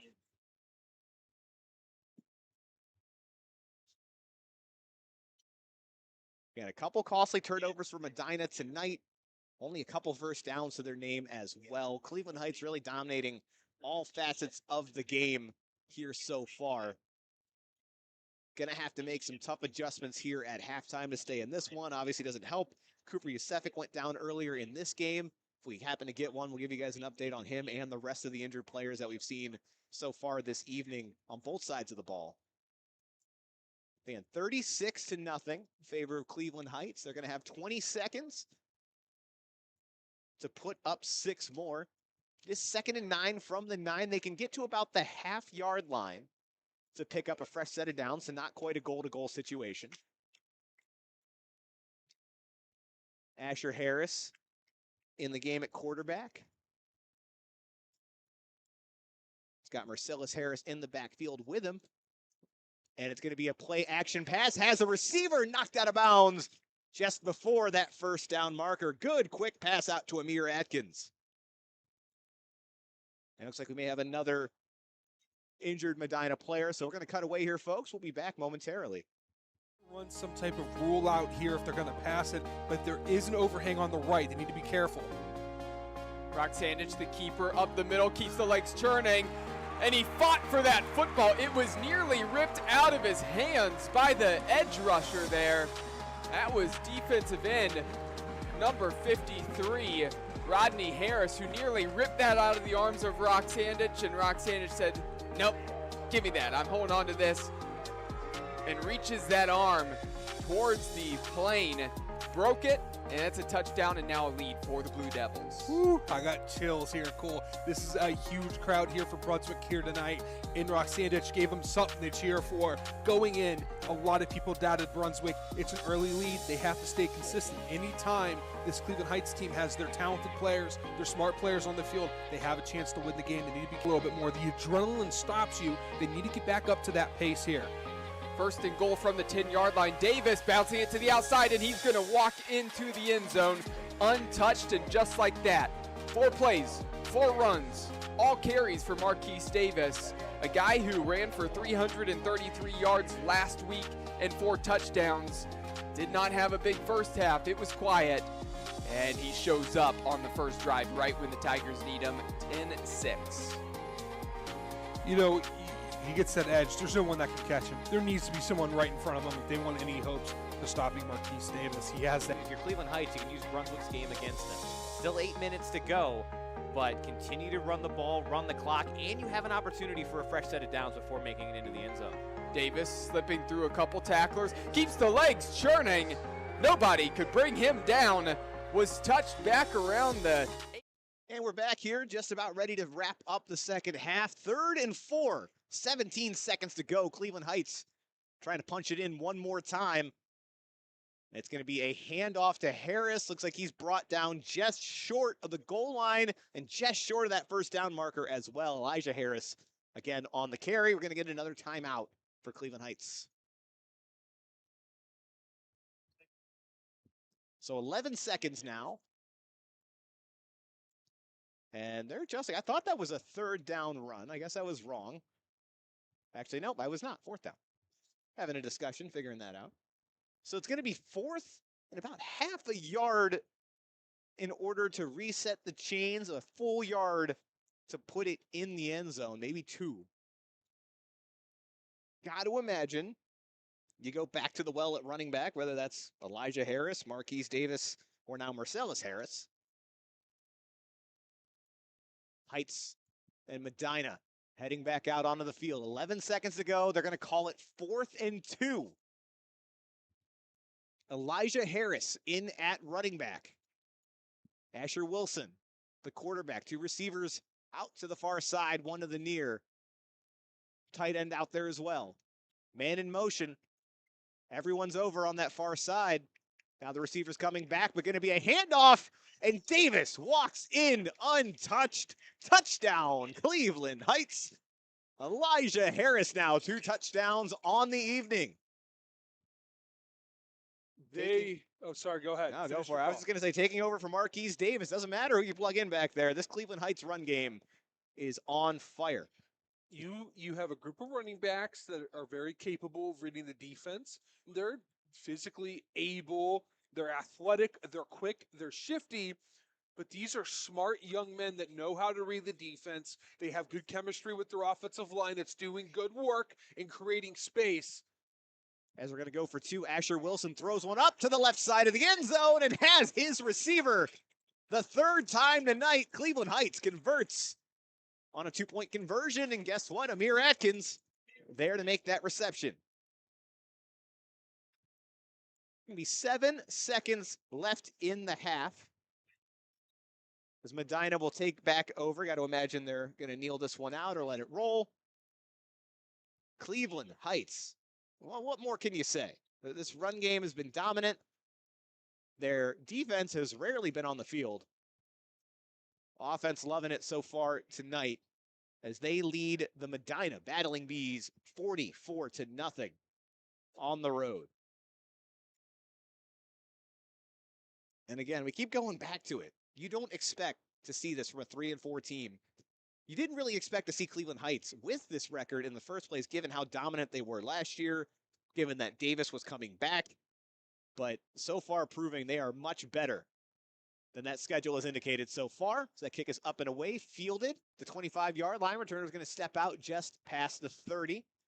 I just got a stat texted to me. I don't think we realized that Cleveland Heights has only had 6 drives. Yeah. All 6 have been touchdowns. Yeah. Again, have yet to not convert on a 3rd down. Looks like we are going to get 1 offensive play before all is said and done for Medina. Make sure you get, again, folks, listen in to the Cement Mason Local 404 Union halftime show with our very own Dom Clary. He's getting stat updates, he's getting score updates, and he's going to be giving you updates here in the next few minutes. Again, getting closer and closer to playoff season here in Northeast Ohio. One of the most exciting times of the year. Looks like we're going to get a shotgun kneel down from Medina to wrap up the first half. So 1 half of play down, folks.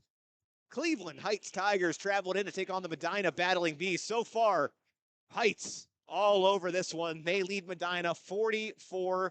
We're going to take a quick break, folks. When we come back, it'll be Dom Clary on the Cement Mason Local 404 Union halftime show. Be back shortly. This week's Keon Sports Game of the Week is brought to you by the Cement Mason Local 404 Union. Whether you're an experienced journeyman or an apprentice, their doors are open for you to join the union. Current and future demand for skilled craftsmen necessitates an apprenticeship program that takes into consideration practices of one of the world's oldest trades, along with instruction in new techniques, applications, technologies, and materials.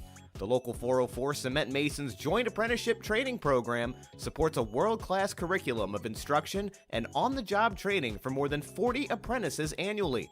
Union Cement Mason skills are honed with the most comprehensive apprenticeship training program in the industry. Climate Tech Inc. For 48 years, family-owned and operated Climate Tech has been the premier company for all HVAC services. For both residential and commercial, they have it covered. They offer free estimates on equipment replacement and 24-hour emergency service. Visit them at climatetech.com. Christine Dort Photography. From sports to real-life photos, don't let a big event go by without Christine Dort there to photograph it. Find her today on Facebook or at www.christinedortphotography.com for all your photo needs. Dave's Golden Shear Barbershop. Dave's Golden Shear Barbershop has been your trusted barber for nearly a century of great haircuts. With affordable prices and excellent customer service, there's no better place to get your cut. It is located at 26915 Center Ridge Road in Westlake. Run some type of rule out here if they're going to pass it, but there is an overhang on the right. They need to be careful. Brock Sandich, the keeper, up the middle, keeps the legs churning, and he fought for that football. It was nearly ripped out of his hands by the edge rusher there. That was defensive end number 53, Rodney Harris, who nearly ripped that out of the arms of Roxandich, and Roxandich said, nope, give me that. I'm holding on to this, and reaches that arm towards the plane, broke it, and that's a touchdown and now a lead for the Blue Devils. Woo, I got chills here, Cole. This is a huge crowd here for Brunswick here tonight, and Roxandich gave them something to cheer for. Going in, a lot of people doubted Brunswick. It's an early lead. They have to stay consistent. Anytime this Cleveland Heights team has their talented players, their smart players on the field, they have a chance to win the game. They need to be a little bit more than you. Welcome on in to the Cement Mason Local 404 Union halftime show. I'm Dominic Clary. We're here at Ken Duke Stadium in beautiful Medina, Ohio. The score is 44-0 in favor of Cleveland Heights in a game that Marquise Davis has been phenomenal in. We'll have stats at the end of the game, so make sure to stick tuned to this one. But we have scores across Northeast Ohio and possibly beyond. Menor is going against Brunswick. Brunswick having a decent year. They're 3-4, but they're looking for more. Menor, they're undefeated on the season, and it shows on the scoreboard thus far, 21-7 in favor of the Cardinals. Euclid, they are beating Erie High, which is a Division I or II school. Not sure how you want to equate that because they have a different system over there. Euclid is beating them 20-16. Good job there by Euclid on maintaining a lead against a bigger opponent. Strongsville, they beat Shaker Heights yesterday, 50-0. Strongsville, after a struggle in Game 1 against Avon Lake, they have done well in GCC play. Elyria and Amherst Steel are facing off. Amherst Steel, they continue to have a great season. They want to advance to 6-2. Right now, it's looking likely. They're up 28-3. Avon is beating Midview, who's having a good season.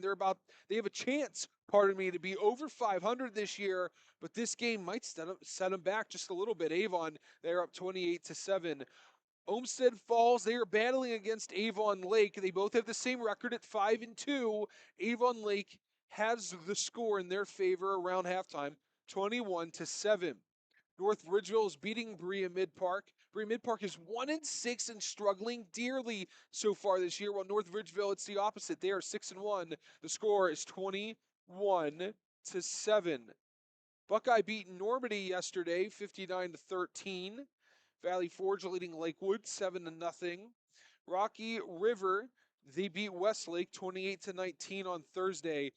Holy Name, it says 10-7 here, but I might have more of an updated score here. 13-7 is the score at half. Holy Name, not the season that they want.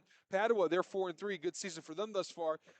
They are looking to score another touchdown to get this lead back, but it's 13-7 in that game at halftime. Lake Catholic, they are beating conference foe Elyria Catholic 28-6. Lake Catholic, they are 7-0. The Cougars having a great year thus far. Archbishop Moeller, they're beating St. Ignatius 23-0. St. Ignatius, not the last few years that they imagined. They're 1-6, and it's not looking good here tonight. Benedictine, they are beating Erie Cathedral Prep 21-7. The Western PA District 10 powerhouse struggling against the Northeast Ohio once powerhouse. They look to be a powerhouse once again. 21-7 to score. For those who are familiar with Cathedral Prep, this could be an extremely impressive win out of the powerhouses of Western PA. Archbishop Hoban, they are beating Glenville 17-0. Glenville can't get on the scoreboard yet. We'll have a few more here. We had some games that were played on Thursday. Copley, they beat Barberton. The final there, 48-27, high-scoring matchup. No score updates from Coahuila Falls and Talmadge. Highland, they beat Revere 41-0. They continue to be undefeated. Brecksville Broadview Heights, they beat Solon 28-19. Let's see some other scores that we might have. Some surprising ones. Let's see. Canton McKinley, they advanced to 5-2 against the Lake, 14-7. See if we have anything else. Xavier leads LaSalle 3-0. LaSalle in danger of getting a second loss on the season. Wadsworth is beating Stowe Monroe Falls, who struggled. Wadsworth undefeated, 28-10 is the score. That's it for me here at the Cement Mason Local 404 Union halftime show. I'm Dominic Clary, one half of your crew here. Make sure to stay tuned as Cleveland Heights leads Medina 44-0. We'll be back in the second half in about 16 minutes. This week's Keon Sports Game of the Week is brought to you by Lou Grasso Accounting and Tax Services. Your taxes and accounting needs must be handled by the very best, so you can rest easy. You can have that comfort of knowing your money is being handled by the experts with Lou Grasso Accounting and Tax Services. They prepare individual, corporate, nonprofit, and small business tax returns. They also specialize in investment and accounting and managing clients' QuickBooks with over $275 million in assets accounted for. Located in Avon, they prepare your federal, state, and city returns, which includes e-file and direct deposit. Please visit their website at www.lougrassotax.com for more info. Lila Rose by Melissa Sawa. Sick of battling with pesky hair ties that give you a headache, constantly breaking and damaging your hair? Fed up with the endless readjusting because they just won't stay put? The team at Lila Rose is committed to giving you quality, comfortable, and affordable hair accessories and essentials to help enjoy everyday beauty. Find out more by visiting Lila Rose by Melissa on Facebook or online at lilarose.com/MSOWA. Leadership 216. If you're looking to get back into shape, stay in shape, or get in better shape, then your next call needs to be to Leadership 216, as PJ Gordon knows nutrition and how to set you up on the right path. Look them up today on Facebook at LDRSHIP216. Lally's Handyman Service. From deck and fence building to indoor and outdoor remodeling, Lally's Handyman Service has you covered. Matt and his crew have been out to my home numerous times for a multitude of services and have hit a home run every time. Repair, replace, and remodel with Lally's Handyman Service. Give them a call at 216-789-2047. Kelly McLean Achievement Center, the premier resource for high school athletes who wish to continue to play in college. They provide a one-on-one consultative approach to help students determine their needs and goals. Visit them online at kellymac.com. Jenny's Popcorn. You can find their flavors anywhere popcorn is sold, including Giant Eagle and Mark's. Visit them online at jennyspopcorn.com or in person at 38727 Taylor Parkway in North Ridgeville, Ohio. They have everything from butter, cheese, caramel, and everything in between at this popcorn paradise. Jennifer Heron Underwood of Howard Hanna. Jennifer Heron Underwood of Howard Hanna has been an agent for 24 years. She brings her clients' experience and trust with every transaction. She specializes with first-time sellers, senior citizens, downsizing, and right-sizing. From the west side of Cleveland and Cuyahoga County to Lorain County, especially southern Lorain County, she will have you covered. Reach out to her today at Jennifer Heron Underwood at howardhanna.com or visit her online at jenniferheronunderwood.howardhanna.com. JBL Roofing and Construction. JBL is a licensed, bonded, and insured contractor with the experience to complete any job needed for your home or property. Let their team of professionals help you with vinyl siding, windows, roofing, and gutters. Get the job done right the first time and stress-free with JBL. Call them today at 330-677-9463 or visit them on the web at jblrc.com. Irene's Aesthetics. They have skincare for all skin types. They have a variety of facials, peels, microdermabrasions, and dermaplaning. Reach out to her at irenesaesthetic@gmail.com or by phone at 440-455-1621. Earth Flora. EarthFlora.com is the leader in the trade of botanical artificial plants and trees custom made with your vision in mind. Call them today at 440-899-4947 or visit them at www.earthflora.com. Make sure you enter code SAVE5 to save an extra 5% and get free shipping on orders of $100 or more within the inland United States. Infinity Wellness. Infinity Wellness is a premier couture wellness center that provides the most advanced devices, procedures, and products. Our team is dedicated to helping you become more confident in your own skin. From IV hydration and weight loss treatments to hormone therapy, we can certainly provide the wellness center treatments you desire. Call them today at 234-546-1110. Helicopter Crew Entertainment. From weddings and corporate events to MC needs and social gatherings, you will need a great DJ service. How about a grad party or retirement? They should be your first and only call. You can reach them at helicoptercrewentertainment@gmail.com or look them up on Facebook today. Helene Kia.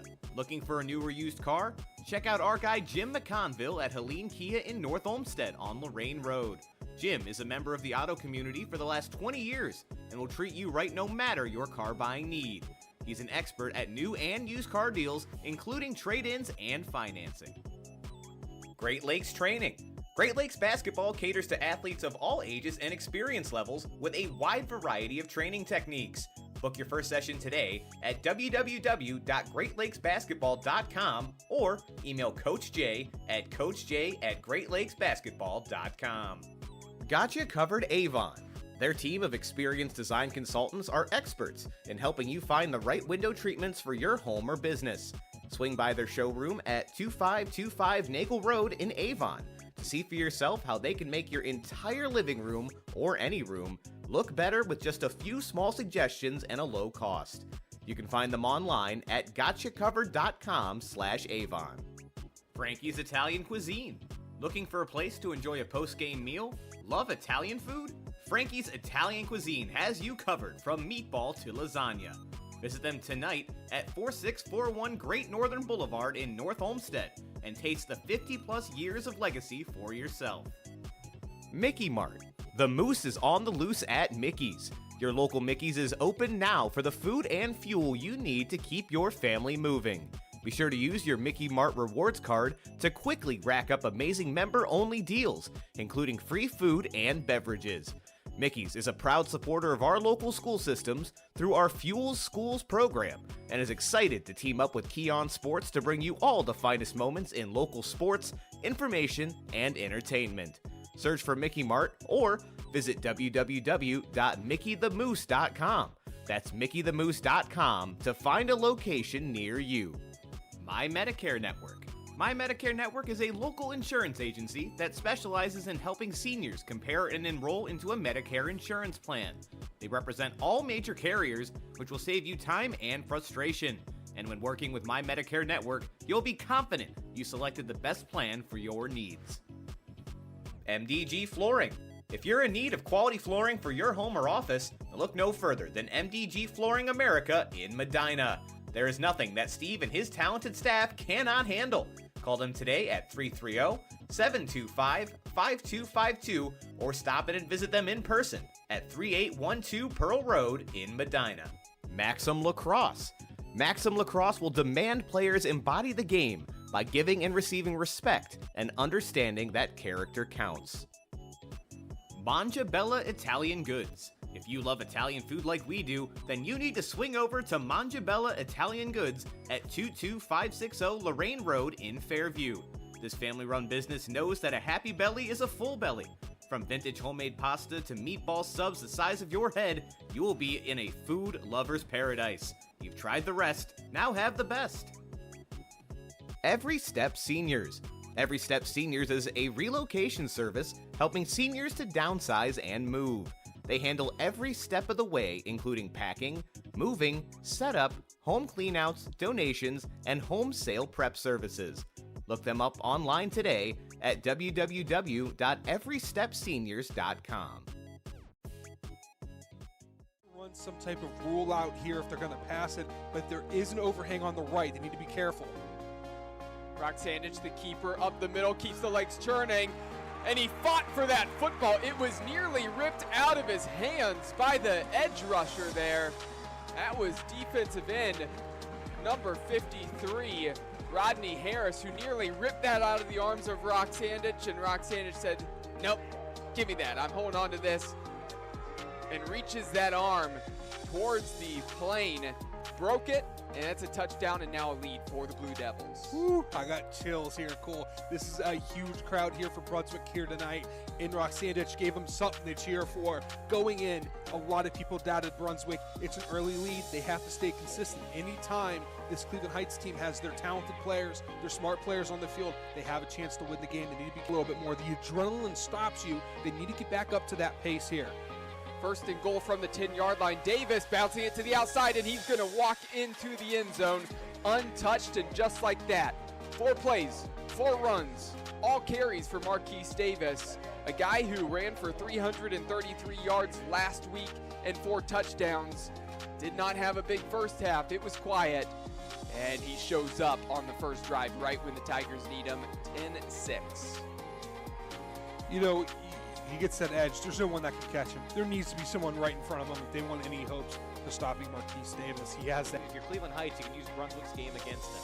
Still 8 minutes to go, but continue to run the ball, run the clock, and you have an opportunity for a fresh set of downs before making it into the end zone. Davis slipping through a couple tacklers, keeps the legs churning. Nobody could bring him down.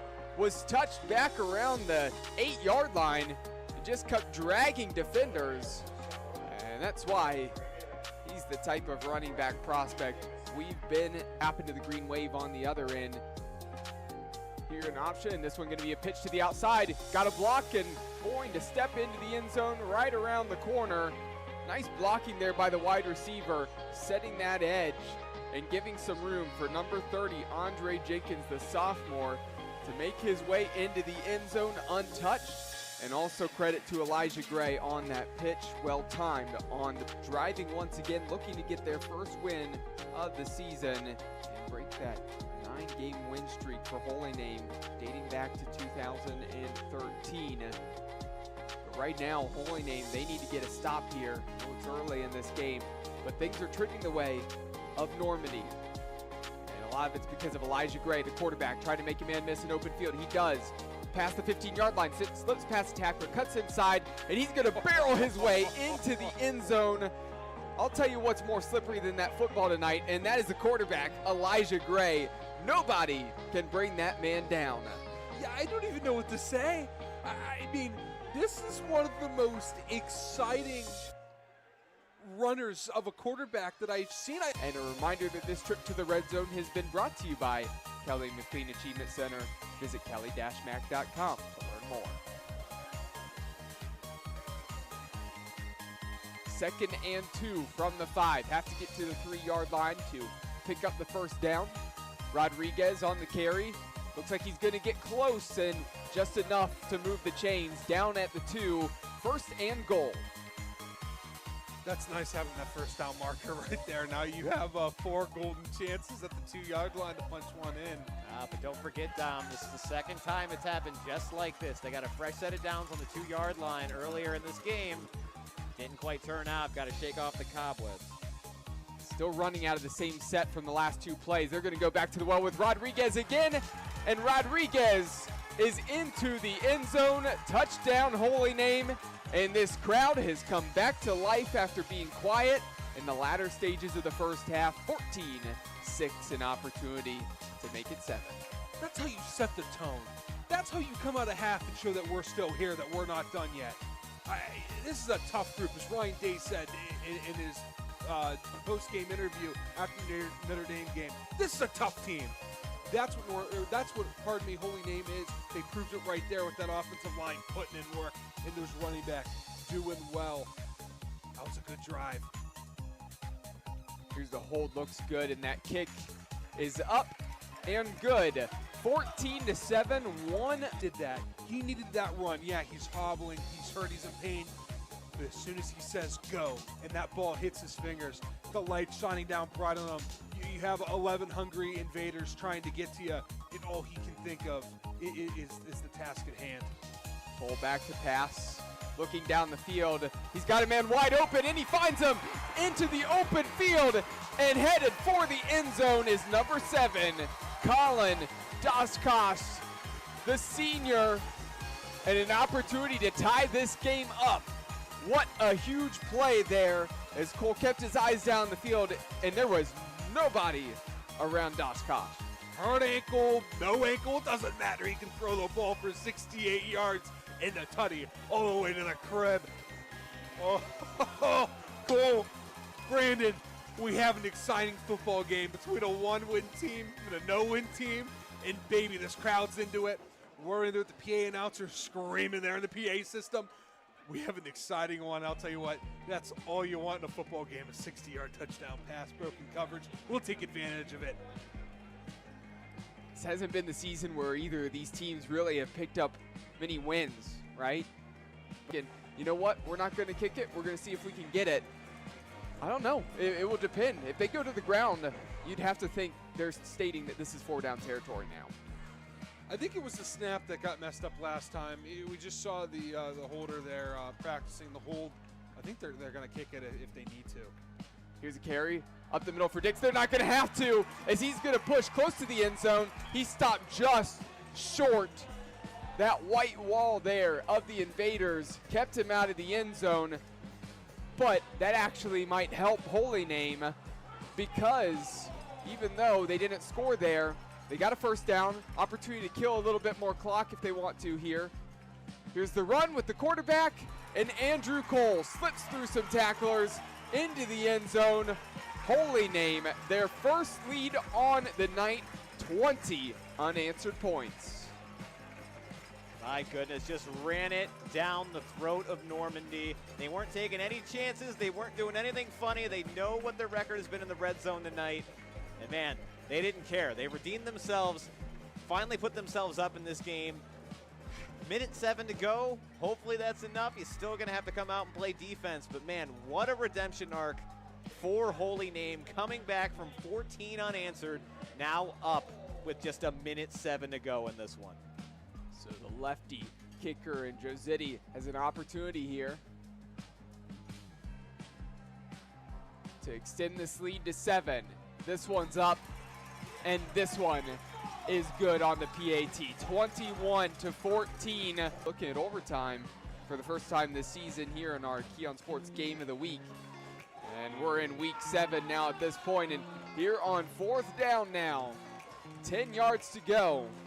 Can Gray make something happen? Gray has some time, stepping up, looking down the field, lost this one up. Touchdown, Normandy. That one floated over the fingertips of the defenders into the hands of a receiver in the end zone. Believe from up here, that's number 12. Trying to get a better look at the receiver. But now Normandy only trails by 1 point. Wow. On 4th down, nonetheless, regardless of this result now, folks, that phantom down is going to be talked about. And it's going to be brought up over and over again. And now the scoreboard is yet to adjust. Okay, I think we're all trying to adjust here. Holy mackerel, you kidding me? Hey, everybody, calm down a little bit. They're looking to go for 2. We're going for 2. We're not going gonna win it. overtime. It ends here. And we're back here at Ken Duke Stadium, a brisk fall night in beautiful Medina, Ohio. You're watching the Keon Sports High School Football Game of the Week for Week 8 as the Cleveland Heights Tigers have traveled in to take on the Medina Battling Bees. First half, folks, as you can see, went the way of the Cleveland Heights Tigers. They currently lead this one 44-0. And just to make matters worse, they're also going to be receiving to start this drive. Their offense yet to be stopped. They've yet to convert on a 3rd down. Medina ready to boot this one away. Kick is low, going to force Heights to field it. And the returner just falls on top of it right past the 30-yard line. Delano Williams with the return. So it's going to be 1st and 10 from the 31.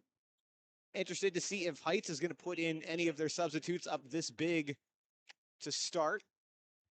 And it does look like we have a change at quarterback. Senior Justin Godbolt has actually gotten the majority of the looks at quarterback this season, is now in the game. In the backfield with him is Elijah Harris. 2 touchdowns already this evening. Do you see that Marquise Davis, the man of the night, is on the sideline with his helmet off? Likely that we may have seen the last of him. 1st and 10. Handoff. to Harris. It's stopped for a loss of 1. Medina ready for that one. And you got to imagine some tough conversations in the locker room for Medina, Dom, Darian, guys. Is there an adjustment you can really make in this situation? And if not, what's the message to the guys? So I've been in this spot before. My senior year was the only year it happened to me. It was our last road game of the year. We went against one of the best teams in the state in the lower division, and it was a very similar score. I believe it may have just been right on 35, not 44, but I remember it was dead silent. Offensive line coach tried making small adjustments, but there's not much you can do after that point. When you get dominated on the offensive line in every position, it's difficult to come up with a game plan to essentially what you would have to do is score 44 unanswered points, and that's would be one of the biggest comebacks in football history. It's a hard thing to do. 2nd and 6 for Heights as Justin Godbolt makes the completion right at the sticks. It was number 14, DeJuan Jones, hauling that one in. Going to be a new set of downs for Cleveland Heights. Only things you missed, folks, there was an encroachment penalty on Medina that made that 2nd and 6. It's now going to be 1st and 10 for the Tigers. I mean, there's not much you can do. There's not much you can say. It's just trying to motivate your guys to go out there and make the score respectable. If you're Medina, try to put some points on the board and see if something weird might happen. Another pass for Godbolt. It's a screen. Receivers got it. Bounces to the outside. Has some space to run. Still going up the sideline. Eventually out of bounds at the 35-yard line. Amir Atkins on the reception. Great catch and even better run. And did some talking with the coaches at halftime. Dom, did you find out anything more about Atkins? Yeah, he has around 6 offers, mainly max goals. Well, that's going to be great for us. So probably not the last time you see him. Obviously, Dom here heads up our mat coverage at Keon Sports and does a phenomenal job. 1st and 10 from the 36. Going to be another wide receiver screen. Receivers got it. Has a little bit of room to work. Flag flies. Receivers brought down just past the 30-yard line, but this one may be coming back. DeJuan Jones on the reception for Cleveland Heights.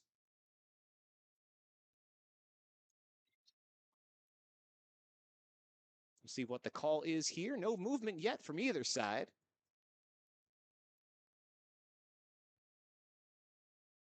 Still talking. And it was on Medina. So that's going to push Cleveland Heights even further now into battling B territory. Going to be 1st and 10 from the 29-yard line. Justin Godbolt so far. Perfect completion percentage to get things started here in the second half. 7 minutes, 58 seconds to go. Running clock is in effect. This time, it's going to be a handoff to Harris, who's got a little bit of room straight up the middle. Dragged down just past the 20-yard line. Not quite enough for the first down. Going to be 2nd and very short. Elijah Harris on the carry. I guess you really realize how deep this team really is. They don't even have really their starters out anymore. And they're still able to move, albeit with the help of a couple penalties from Medina. Godbolt going to throw it to the end zone. Had a receiver. Looked like he might have hauled it in. It would have been an excellent catch there from Amir Atkins, stretching out, but couldn't quite keep control. Going to be 3rd and 1 now for the Tigers. Yeah, throw it to your best guy, one of your best athletes out wide, not able to haul it in. Good effort there by Atkins to try to haul that in, the man that's trying to add more offers to his resume. And credit to Justin Godbolt there. That was a great pass, put it right over the head of a Medina defender and right to where only his guy was going to be able to get to it. Going to be a handoff on 3rd and short, and Medina looks like they may have come up with the stop. Elijah Harris on the carry was met in the backfield, and he's going to lose a couple yards. For the first time tonight, it's going to be 4th down for the Tigers. 6 minutes, 30 seconds and counting. Offense still out there for Cleveland Heights. Godbolt set up in shotgun. One receiver near. 2 out to the far side. Going to be a handoff again, and this time it's going to be close, but it looked like Harris had enough. Medina's indicating that he didn't quite get there. We're going to see what the officials say. But it looks like this is going back to Medina. So for the first time tonight, Medina's defense makes a stand.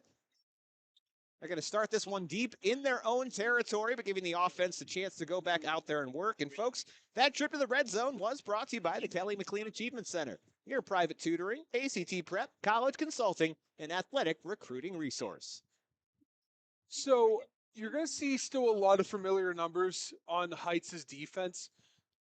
Again, they are deep for the amount of guys they have, but they're not 2 to 3 deep on every position. So you're going to have naturally kids that are playing multiple positions. 1st and 10 from the 14. It's going to be a run for Medina. A rare run. The back able to make it out into space and get a quick first down for the Bees. Number 11, Max Myers that time on the carry. First time seeing him at running back tonight. Again, Yasefik went down earlier in this game. They've tried a couple players in the backfield now. This time, DiUlio going to keep it himself, looking for some space up that far sideline, and he'll get knocked out after a short gain. And it looks like, from what I can tell, Dom, that the majority of the starters still in on defense for Cleveland Heights. Yeah, again, they're not too deep in every spot. So naturally some kids are going to have to play. And that's just the reality of where their team's at right now and the amount of players they have. 2nd and 7, quick pass up the far side, complete. That was Brian Wutcher on the reception. And that's not me like criticizing anything, but you want to give your offensive players a rest. If you don't put them in on defense, I mean, you look on the sideline here, you can only see a little bit. That's not enough kids for an offense and a defense. 3rd and 1 now. Going to be a handoff. And Myers looking for room, but brought down in the backfield. It's going to be 4th down for Medina. And that is an interesting point. Obviously, Cleveland Heights, dominating this matchup tonight. But when we look at enrollment, obviously both of these D1 schools, about 1,000 more kids at Medina than Cleveland Heights. So again, despite a smaller pool, coaching really does make a difference in this case tonight. 4th down and long. 4th and 5 specifically for Medina, trying to convert. Going to be a pass from DiUlio, has a receiver that's broken up, but there's a flag on the play. Likely going to be pass interference on Cleveland Heights, and that'll move the ball forward for Medina. Brian Wutcher, the intended target on that play. And you know what? Sometimes it's not even always talent. Sometimes you just get lucky with the amount of just different athletes that you have for classes. And just Medina's at a rough spot where they had kids that were playing for multiple years. And when you lose that, it's going to take time to build that. Heights, they do a good job on building on. I'll tell you what, I played with a few Heights offensive linemen in college and safeties. Those kids can play ball. They're extremely talented. They do a really good job developing offensive line. And that's part of the reason why they're always good. 1st and 10 for Medina. Max Myers is going to run the ball this time, knocked out of bounds after a gain of about 4. But, Heights, they do have a great coaching staff. Medina does as well. It's just sometimes it doesn't pan out. Years just don't pan out. Various things happen, injuries, kids not playing, whatever it may be. Sometimes that can hurt your prospects for specific seasons. 2nd and 7 now for Medina as they get the play call. And that's the thing. You got to imagine that Medina is going to bounce back. They haven't been as dominant as they have these last few years by accident. They're going to get a quick pass up the right side of the field, caught by Myers, brought down, but not after gains a 1st down. Gain of about 15 on the play, and suddenly this pass offense for Medina starting to get going now. This is the Medina pass offense we're used to seeing. Spreading it out wide, 3 in the bottom of your screen, 2 in the top. Quarterback on his lonesome, about 8 yards back, 7 yards back. Be 1st and 10 from the 40. A minute 30 to go here in the 3rd quarter as that clock continues to run. Man in motion now, 4 receivers on the near side. And DiUlio is going to keep it himself on the design quarterback run, looking for some space up that right side. Gains maybe a yard.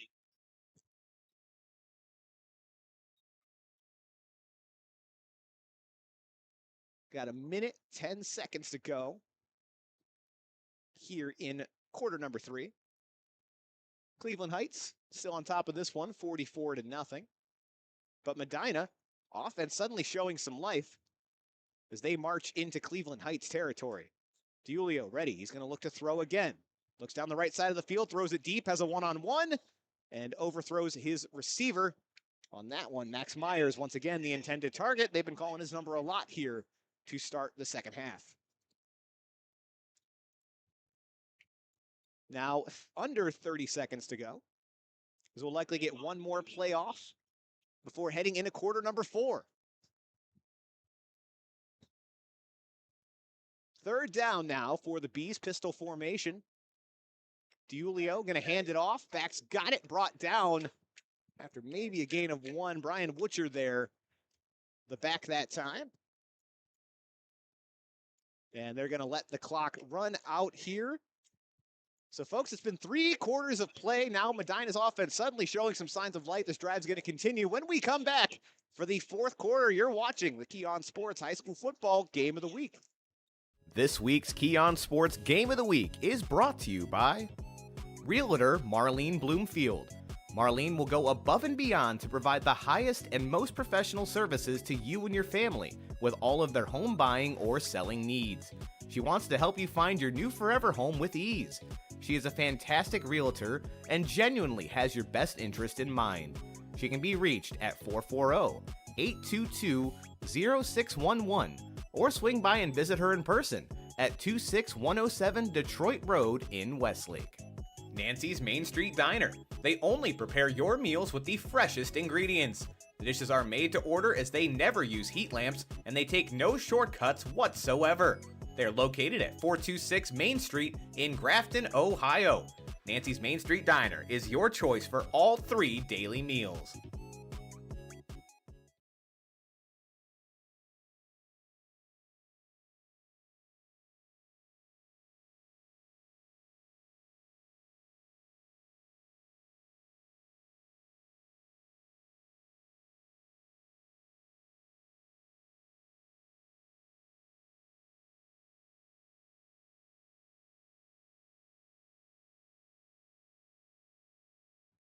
Now entering the 4th quarter, and it's going to be 4th down for Medina, trying to convert and keep this drive going. DiUlio looking deep down the right side of the field, and that's intercepted.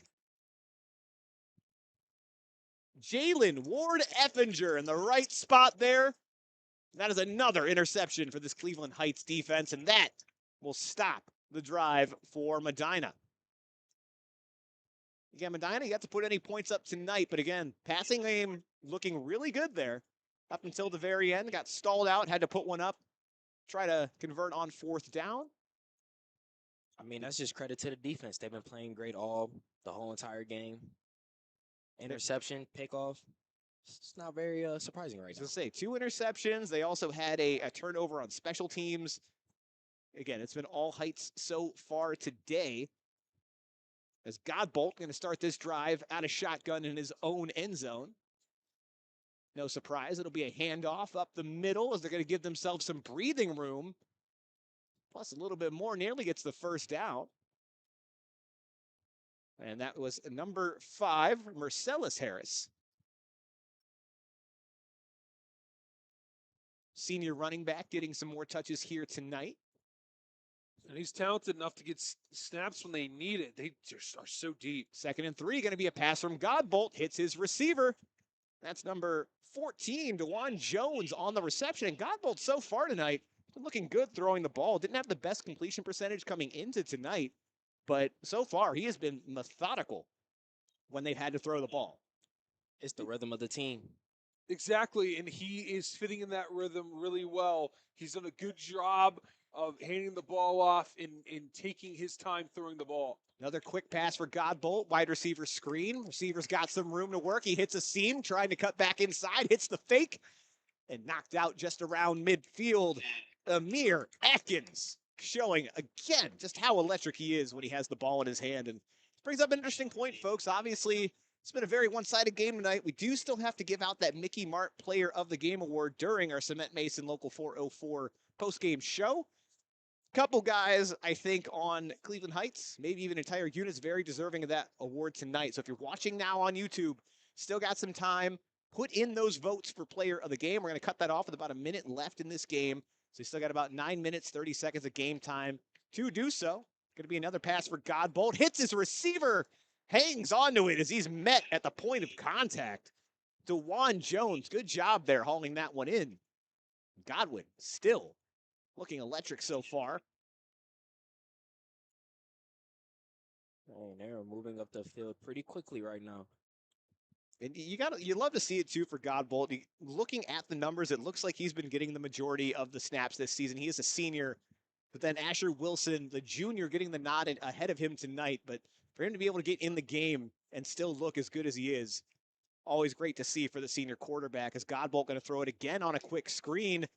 That's going to be a first down for Cleveland Heights. So the receiver able to get just enough there. Dion Solomon Jr. going to move those chains. 8 minutes, 30 seconds to go here in Medina.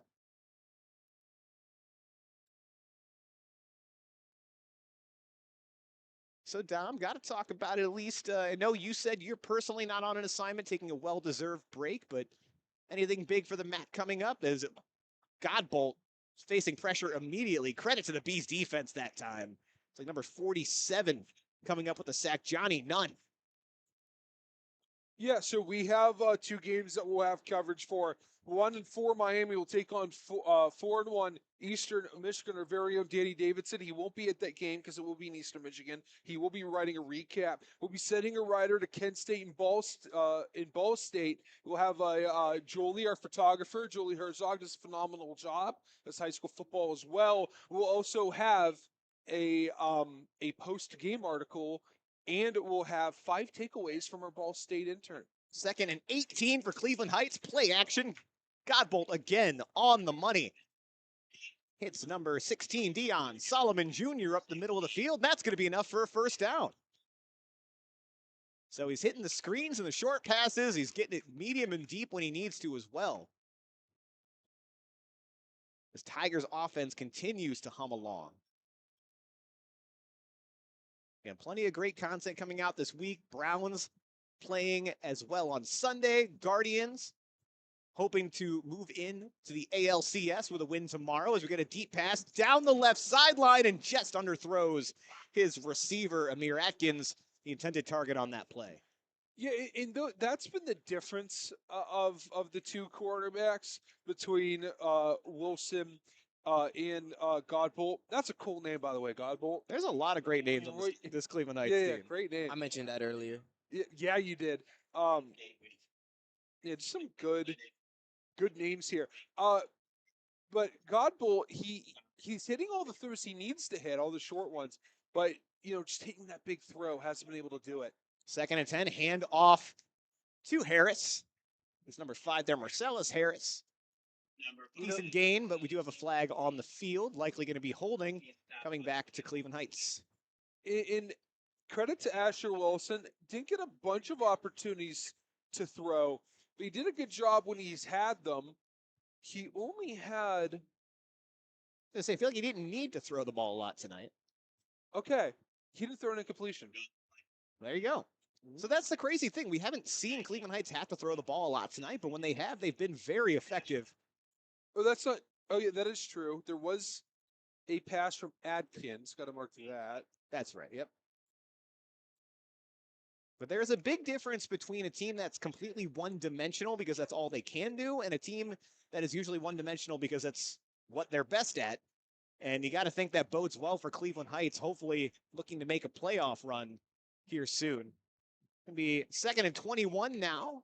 Quick throw out to the outside. Receivers got it. Hurdles a defender and is brought down just short of the first down. Get a number. That was number 8. Josiah Wiley, first reception on the evening. Yeah, they just got athletes. And looks like there's flags on the field once again. And Cleveland Heights walking this one back, so that's unfortunate. As they're now going to be facing what I got to imagine is a second and incredibly long, should this be accepted. 4 minutes, 38 seconds. Clock continues to run. And while we get this, folks, again, mentioned it's a big sports weekend for all of Ohio. Guardians, Browns, and Ohio State all in action in big games. We can argue that for the Browns, but they are playing a football game. Make sure you catch up on the Browns and all your NFL action with By the Playbook podcast featuring myself, Michael Tournament, and Patrick Walls, releasing every Wednesday at noon. The Keon Sports YouTube channel and on Spotify. Got to imagine, unless the Browns really find a way to turn this around, going to be a lot more moaning and groaning. And looking forward to the 2025 NFL Draft. As we were correct here, it's going to be 2nd and 41 for Cleveland Heights. Quick pass, a little bit too high there for tight end Landon Pohl. Going to be 3rd and forever when they reset. So, Dom, any plays at any school that you played for that you could draw up for a 41-yard gain? Yeah, we had a few. We had the old hook and ladder. We had a play we called Boise. Where I guess a Statue of Liberty type play. No, it was a curl, and the guy would pitch it to a slant. Handoff here as Heights is trying to pick up some of that yardage back. Good gain from Marcellus Harris. Knocked out short of the Medina 40-yard line. We had one play where I'd go out wide. You would go out wide. Only play we did it, I was offsides. It's okay, Dom. You'll get another opportunity. I don't think so. Crazier things have happened. My senior year, we had a play of me going out for a screen. We lost that game. We thought we were going to blow them out. We lost, so I never got to run it. But in a different universe, Dom scored a touchdown. It's a thought that counts. 4th and 29. Heights offense still out there. Going to be a handoff once again. Back struggling to find any kind of room. That's going to be a turnover on downs. That was number 15, Javier Kerr, on the run there. Medina going to take back over. 2 minutes and counting. Probably get a couple offensive plays before we wrap up here. And this is your final call, folks. The Mickey Mart Player of the Game Award will be handed out during our post-game show, brought to you by Cement Mason, local 404 Union. So make sure you quickly get those YouTube comments in. Let us know who is deserving of that vaunted Mickey the Moose shield. Spread offense again. DiUlio all by himself in the backfield for Medina. He's going to look to throw up the middle of the field. Caught, brought down for a gain of 5. Do need to correct myself as we have a change at quarterback. Beckett Vogren, the junior, now in at signal caller, completes his first pass of the night. He'll line up by himself once again. 3 receivers to the left, 2 to the right. Looking to throw up the middle, throws a deep bomb and just overthrows his receiver there. Max Myers, the intended target, about a half a foot over his head.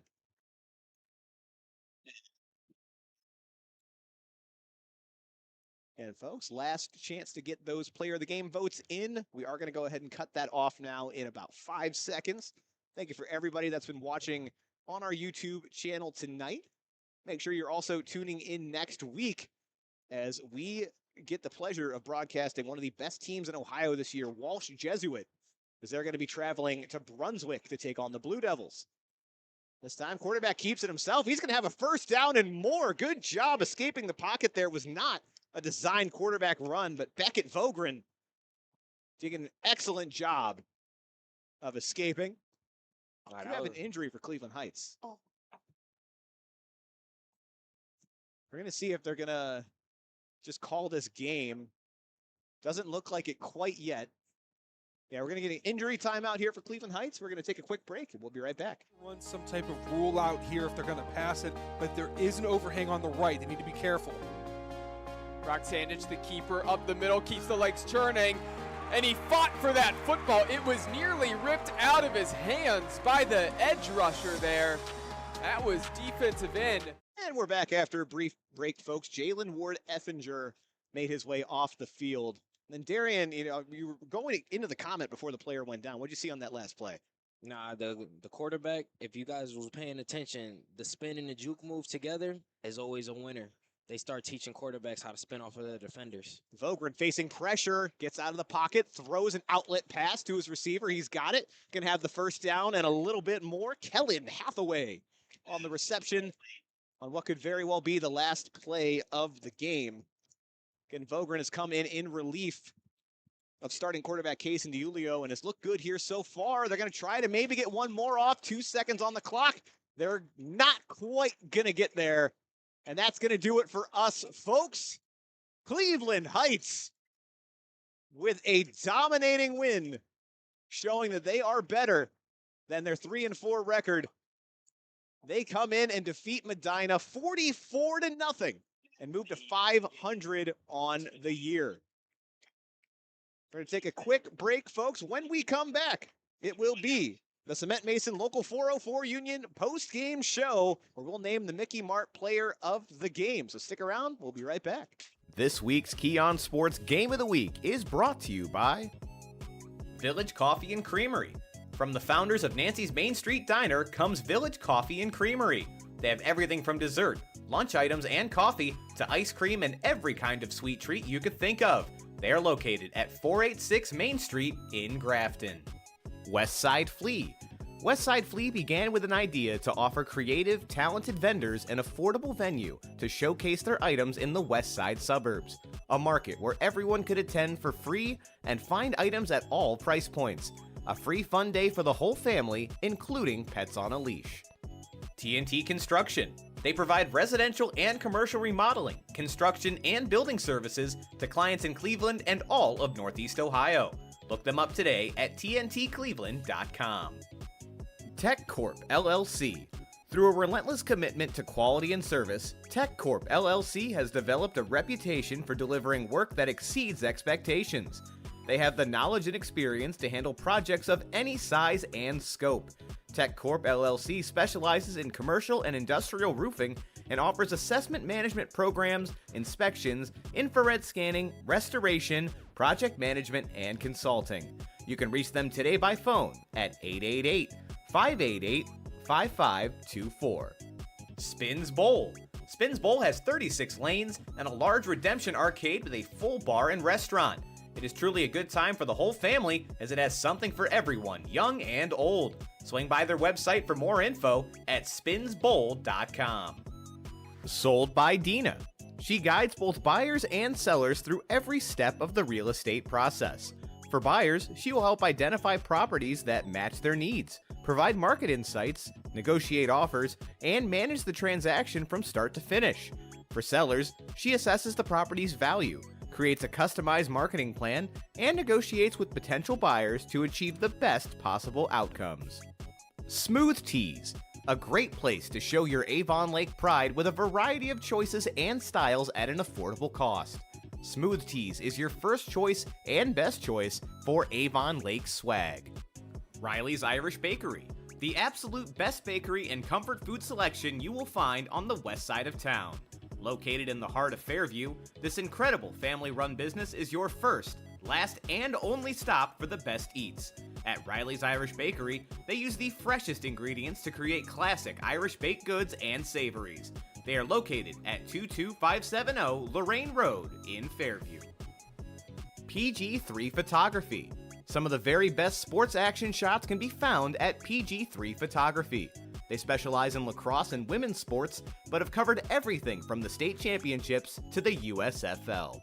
Nurse Practitioner Health Services in Strongsville. Do you want the comfort and security of knowing your loved one is going to be well taken care of in their most pivotal moments of retirement?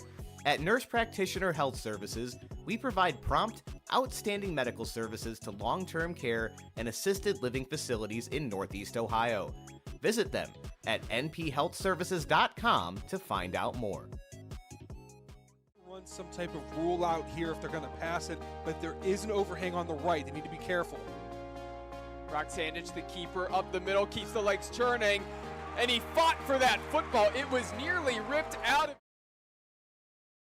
Welcome on in to the Cement Mason Local 404 Union post-game show. I'm Dominic Clary, one member of your Keon Sports Game of the Week broadcast crew. We had a blowout today. Cleveland Heights They beat Medina 44-0, and really a great performance on the ground. I do want to shout out the quarterback that made the start here today. It was number 10, Asher Wilson, just a junior. Good performance from him. He was perfect on the night, 7 for 7, only 81 yards, but he did well with his opportunities. Had a 2-point conversion on the pass. Other than that, no touchdowns from him. It was all about the man going to the Bluegrass State to play for Kentucky. And that's Marquise Davis. He is our player of the game. Had a phenomenal performance. 21 rushes, 177 yards, and 4 touchdowns. So good performance by him. That concludes our coverage here. Next week we'll be at Brunswick. They will be going against Walsh Jesuit, I do believe. Yes, I got the confirmation from Brandon. He knows the schedule better than I do. I seem to struggle to know where we're going each week. But it will be Brunswick. I believe they played Mentor tonight. I think I said that earlier. And I do believe that they were losing at halftime. So make sure to check on our scoreboard as we have updates from all the games there. Thank you for watching our broadcast. That concludes the Cement Mason Local 404 Union post-game show. Make sure to tune in next week as we only have a few weeks left here at the Keon Sports Game of the Week. Run some